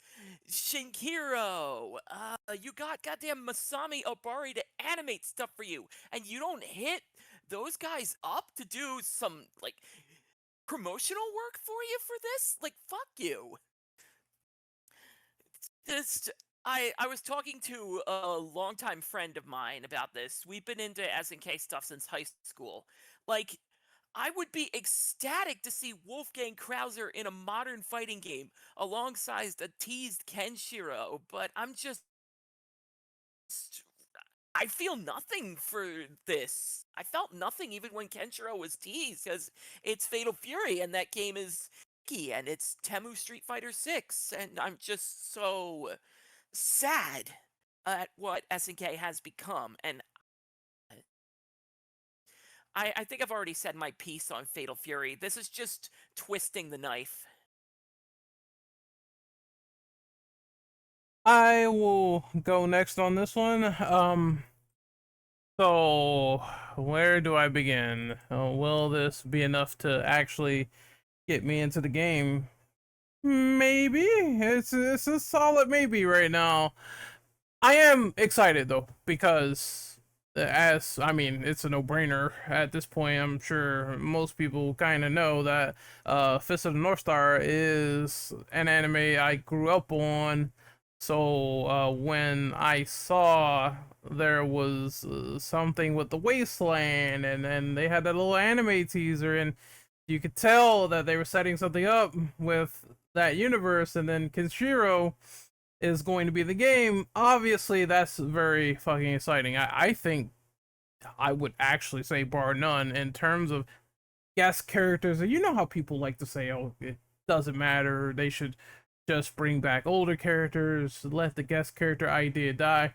I would argue this reinvigorated that idea, because everybody I know on every fighting game podcast, on everything that I've seen, on Mike Hollow's podcast, they were excited as fuck. Like, ecstatic. And Mike said the same shit, where he was like, I really don't care about this game, but Kenshiro might actually get me into the mix, and I might go and play it. And that's an exciting thing. I'm happy for people that a game can push a character into the idea of picking something up that you never really had any interest in the first place. Which is why I do think there's some importance to some of these guest characters and how they roll out and how they pick them. That being said, everyone else is just typical SNK fare. You would see them, just almost anywhere, or they would be like standard picks or things of that nature. So I'm not surprised by some of the roster that we're seeing, especially like Blue Murray and Krauser. That's kind of a given. But seeing how they play or whatever, it's fun. The last time I was hyped for this game though was Ken and Chun Li for sure. It was cool seeing those Street Fighter characters like cross over into it. Then it died out significantly, and now it's picking back up again. So as I said, my choice will be a big maybe. Maybe I'll check it out and try it and see for myself. When Kenshiro comes out, I'm kind of also curious who's the second one gonna be. And I don't think we're gonna know that for a long, long time. Will it be another guest character? I think it should be. Will it be another anime character? That'd be cool. We just don't know. So I'm kind of curious on that second question mark and what they're gonna do with that and how that's gonna factor into this game. And if it's just as exciting, I will definitely look into it and check it out. Ronan, it is your turn. What do you think of the season 2 of Fatal Fury and the characters they revealed, including Kenshiro being teased for the future? Kenshiro. My long-wanted dream for Kenshiro to be in a fighting game has finally came true. And I'm ecstatic for that, but everything else about SNK is, man, like Radrat said, it's like a knife to the gut, and it's twisting. With the whole generate AI, a certain controversial character in that roster. I don't know why he's still there, even though you couldn't patch that. But anyway, I don't know. Nightmare Geese. I'm actually happy he's there. I'm actually happy he's there because I used to bully people a lot with that character. Krauser. Yes, fine. I say, well, I mean, he was gonna be in the game. I already kind of knew he's gonna be in the game, so I heard like, "Oh, chill your gravestone, sleep well." And as for that final character, I'm gonna. This is my wild guess for probably another anime character, Baki. My guess is probably a Baki character. Watch it be Baki Hama or Yujiro. Um, but yeah, will I ever buy? Will I ever come back to this game? Maybe. Like you said, Ren. Maybe. to see Kenshiro. I would love to see that. I will probably try my best to try to get back in this game, but knowing SNK's track record right now, it's kind of hard to say I like you, but you're doing so many shitty um business decisions. But only time will tell. Hopefully, hopefully I get to see Kenshiro. If I put it like this, I think the deal breaker is how hype the second mystery character will be. If he is or if she is great, then that's gonna reel me in 100% because I don't think that curiosity is going to kill the cat at that rate. I'm gonna be like, I want to play this shit and see what it is to its full entirety with these two characters. So it all depends on who is the second person and if they are just as hype as Kenshiro. And if they are, I will try it out. I'll give it a college try. Why not? The next question is the state of play that recently passed. Marvel Tokon had some new reveals.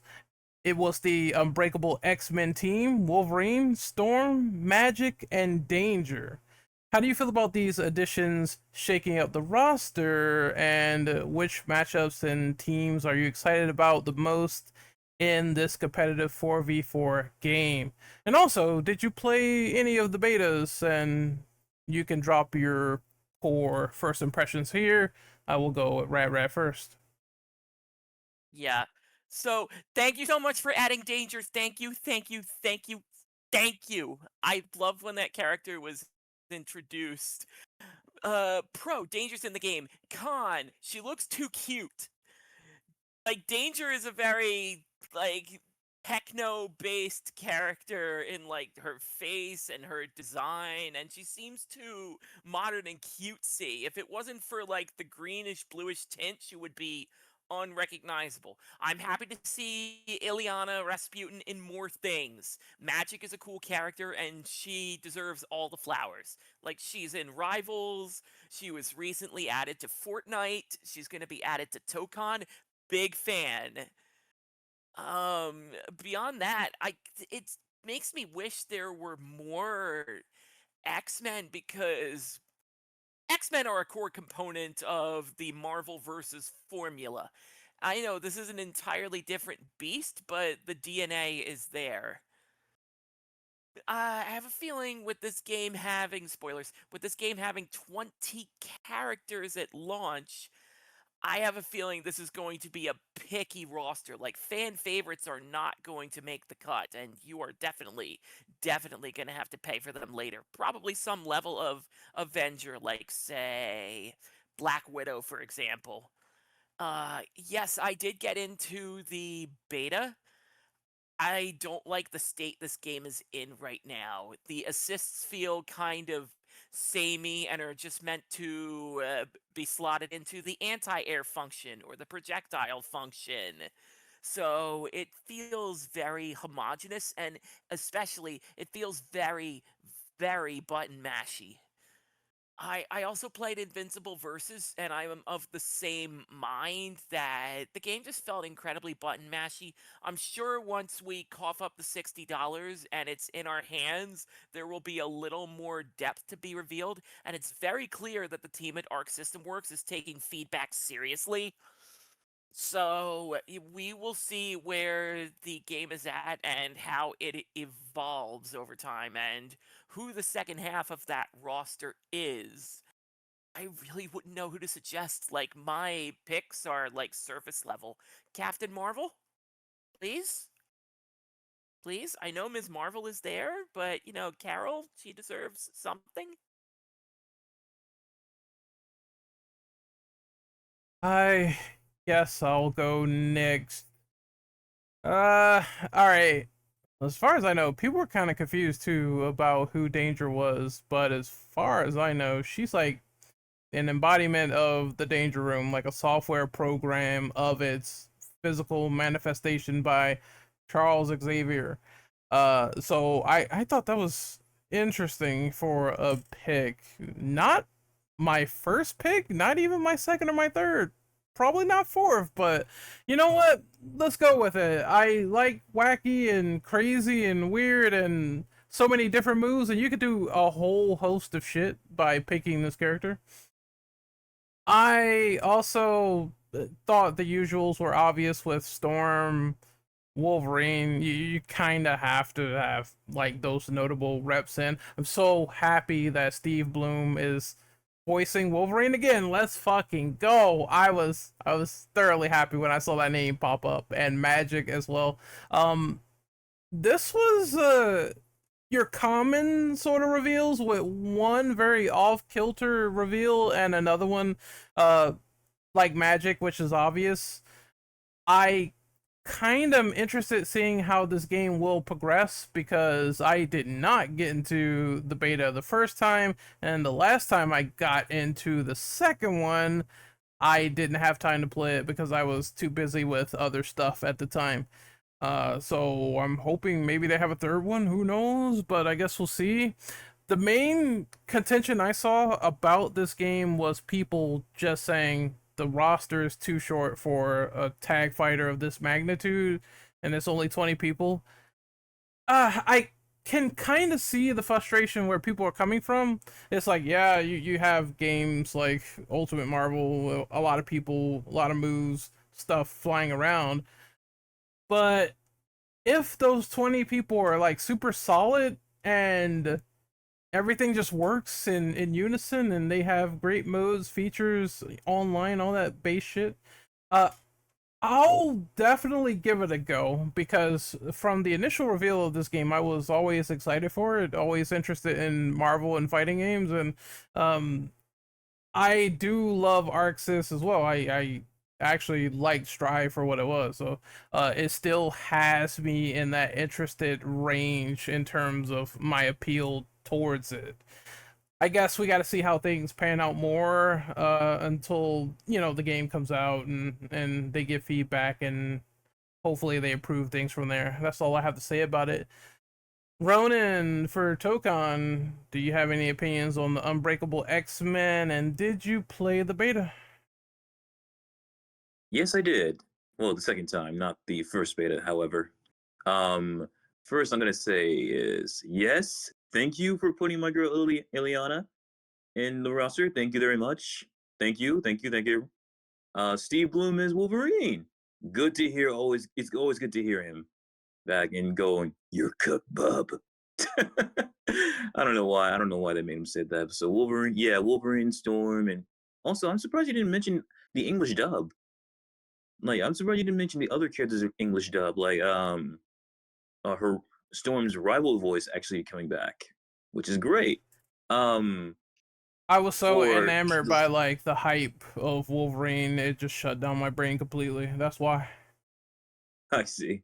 Um, for the 20 character roster, yeah, I can see everyone's point. It's kind of too short, but then again, you got to start off somewhere. I mean, Dragon Ball Z Fighters roster was a bit on the short side, and it advanced even farther with the DLC and everything else.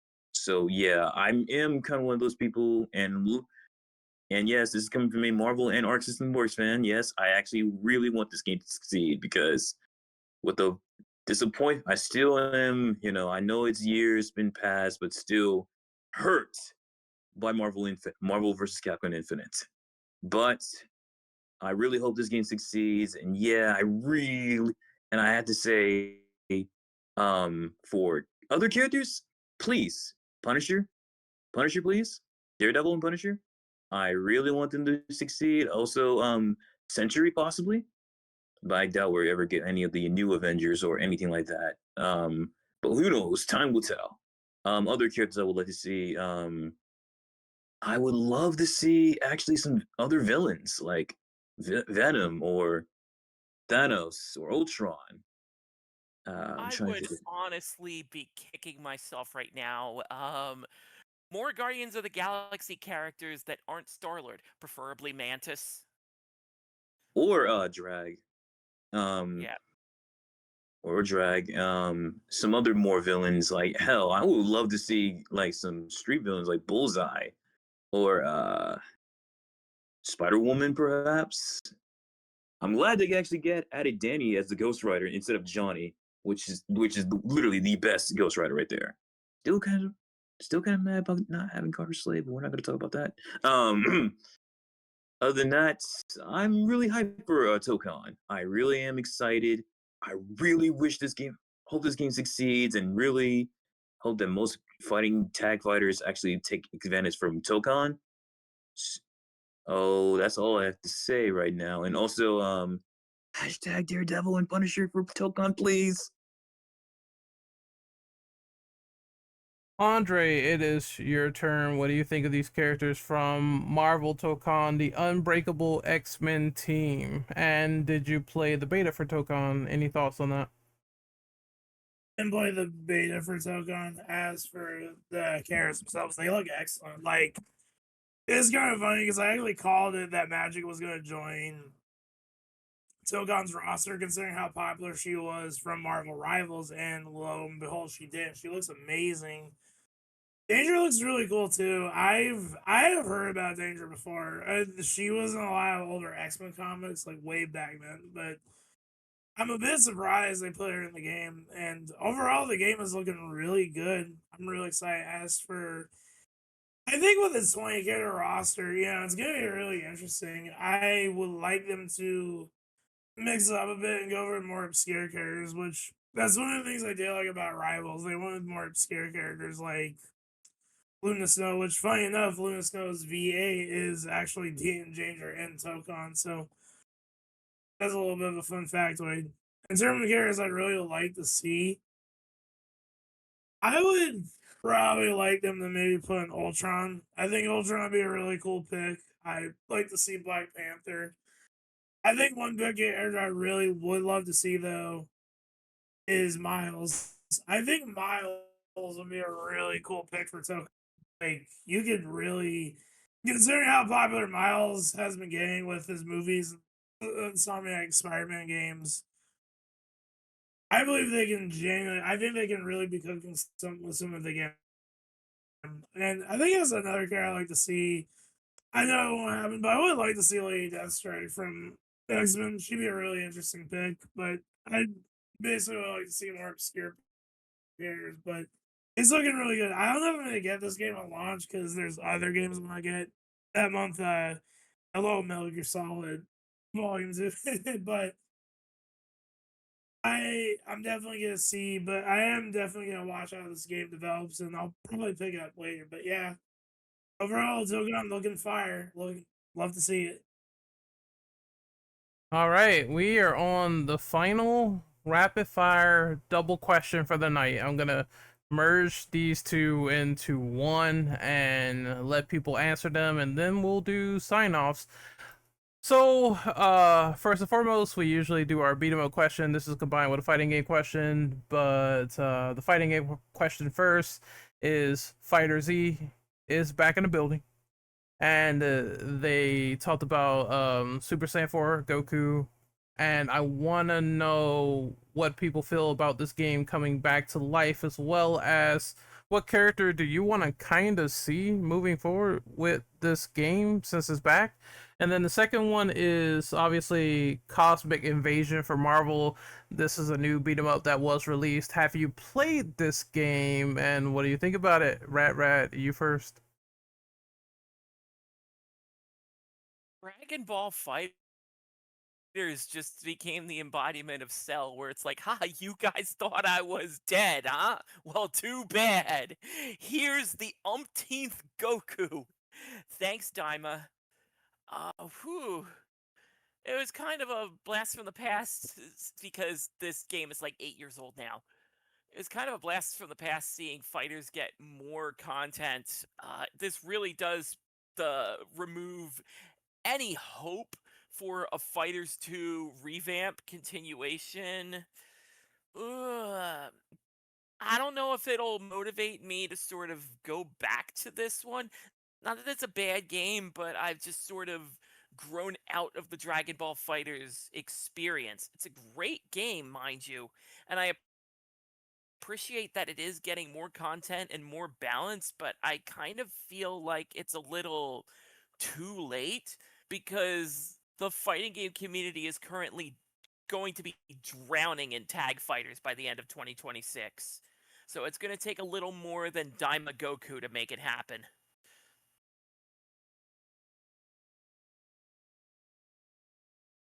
And is that it, Rat, for your question? I think that's a yes. Yeah, it is. Okay. I was making sure that my headset didn't fuck up. All right. So I will go next. So Daima and Super Saiyan 4 Goku. As I said before, I said it on the last podcast, I'm not really too fond of the Daima version. Great attempt, but it just kind of reminds me of the Super Saiyan 4 Gogeta with the red hair and just no armbands and big ass fucking forearms. So, but I'm glad he's going to be different when he's introduced. As for characters that I want to see back, possibly Super Saiyan 3 Vegeta or Ultra Ego or Granola, you could just put, or Moro. I mean, you just announced the new arc, so you could just shove them in there for good measure and it'll all be gravy. I am very curious to see how this resurgence is going to land, but I think by that point there's going to be so many new fighting games out at the market currently that it's probably going to be like, oh, this is fun for like a couple of minutes, and then people are going to kind of put it down. That's where I see it. But it should be fun. It should be a riveting time getting back into it, and they're introducing a lot of balance adjustments as well to sparking, to some of the combat, to the defense of the game and the patches, and a new sort of addition to reflecting now with perfect timing.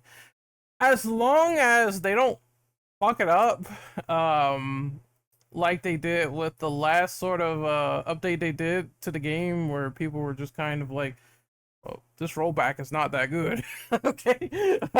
So as long as they don't do that again and they learn from their mistakes, I guess I can kind of see that everything is going to be a-okay. But yeah, I think it's going to be fine. Just give it faith, people, and give it time, appreciation, dedication, and it'll all be good. As for Cosmic Invasion, I've played only a little tiny bit of this game. I did not play a lot of it.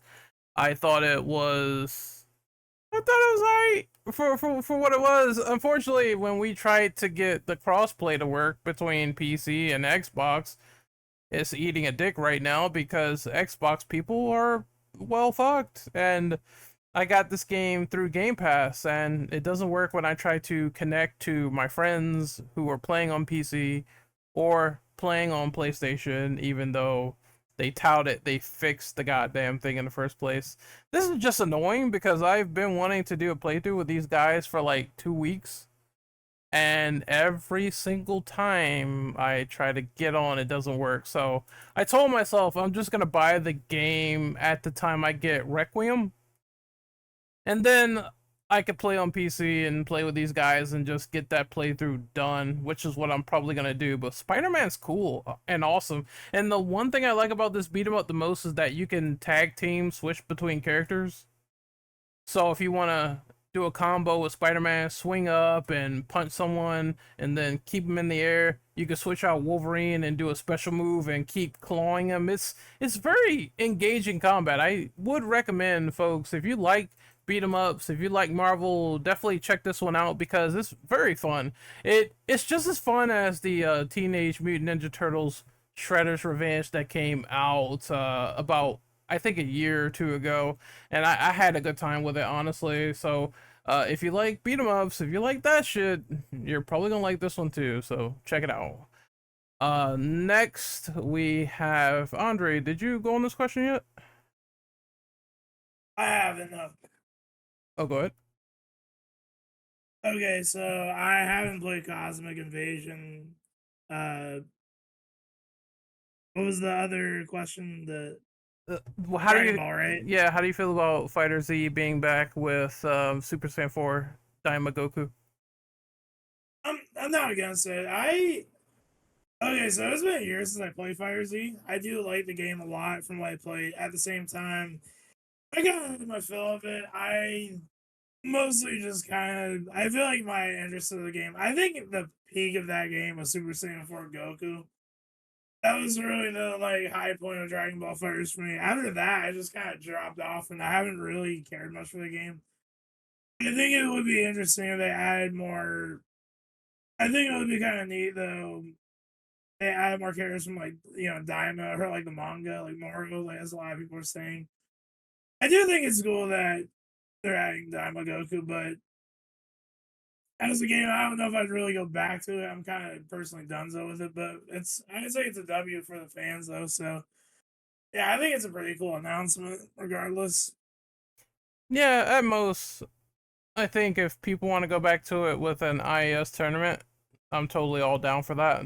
That'd be fun to get that up on the channel and try to get that up. So at the time when he comes out or when that update happens, I'll check it out and do a tournament. Ronan, last but not least, what do you think of these two questions? Did you play Cosmic Invasion for Marvel, the beat 'em up that came out? And what are your thoughts on Fighter Z coming back with the new Super Saiyan 4 Goku from Daima? I will say this though, Marvel still a fun beat 'em up game. You already pretty much described how it is, Ren. But Daima Goku being a new character for Dragon Ball Z Fighters, which is really great. Even though it's another Goku, we only had Super Saiyan Blue, GT, base form. So as a guy who still plays fighters till this day, I think this is a good chance. Still kind of mad that we're probably never going to get a fighters 2 because of this, but I'm all with it. I'm all for it, and hopefully we, because of the success of Super Saiyan 4 Daima Goku, I hope we get more characters like Ultra Ego, Ultra Ego, Granola, Moro, possibly even Ultra Vegeta 1, even though that name is so still stupid. I'm still calling him Super Saiyan 3. Um, maybe possibly Demon King himself. And I don't mean Devora. um, uh, other than that, I'm actually for it. So I hope looking forward we actually make this game. Hope we see more with fighters. If not, and they want to end it with that, that's fine with me. Alrighty, we're going to do sign offs. This podcast was so fun, and I'd like to thank everyone for coming by, joining, and having a good time. We're going to do our outros. I'll start first. So you can find me on social media at renoperative.bsky.social, where I'll be talking about random shit, video games, and whatever. I uploaded a couple of videos on Silent Hill F and some of my thoughts on like Resident Evil purists and Silent Hill purists and how new RE and new Silent Hill have been going fine in my personal opinion. They've been good games, and I'm looking forward to Requiem. I will be uploading this podcast on Infinite Ammo Syndicate, and we also talked about the Dragon Ball series, and also State of Play, which is up currently now. It's going to be on Spotify a little bit later. So, 3 good podcasts in a row. I'm all for it. Next up is Ronan. Where can we find you on social media? You can find me in Blue Sky as Shin Ronin Swordsman. Sorry, where I do fighting game, fan made rosters, voice acting, and talk about voice acting, fighting games in general, future fighting games, future roster fighting games. You can talk about that or fan casting. So you can hit me up there. I'm going to do sign-offs for 2 members that we had. Rad had to go and Kaneki cannot speak, but his social media is going to be googleworldorder.bsky.social, and you can find him also on YouTube and Twitter under the same name, Google World Order, and he says fuck Twitch because they implement a bunch of shitty ads and he does not like that shit. which I can understand. I don't like ads either. And we have Rad, and you can find him at radrad.bsky.social. Also on YouTube at Rad's Rad Games, where he plays a lot of classic games, a lot of fighting games. If you're a big fan of that, definitely check out his channel and check him out. Andre, how about you, good sir? Where can we find you on social media? You can find me at Twitter, Andre B. Venom, and YouTube at Venomous B. Andre. I'm on Blue Sky as Andre B. Venom 95, and that's probably about it. Yeah, fantastic podcast we had. Definitely excited to do more in the future when potentially when more fighting game news comes out, because I know we're getting a lot of big stuff. But yeah, overall, pretty great. All right, as for Buster Wolf, the next time we will probably talk about fighting games is Summer Games Fest. It is happening. Evo, it is happening. When the dust settles and they reveal some of the characters there and the announcements and the surprises, we will be there to talk about everything after the fact. That's going to be in the summer, but it's going to be a fun time, definitely, when we get there. So we will see you guys out there later in YouTube land, Spotify land, all that good stuff. Take care of yourselves and keep the fight rolling. Laters.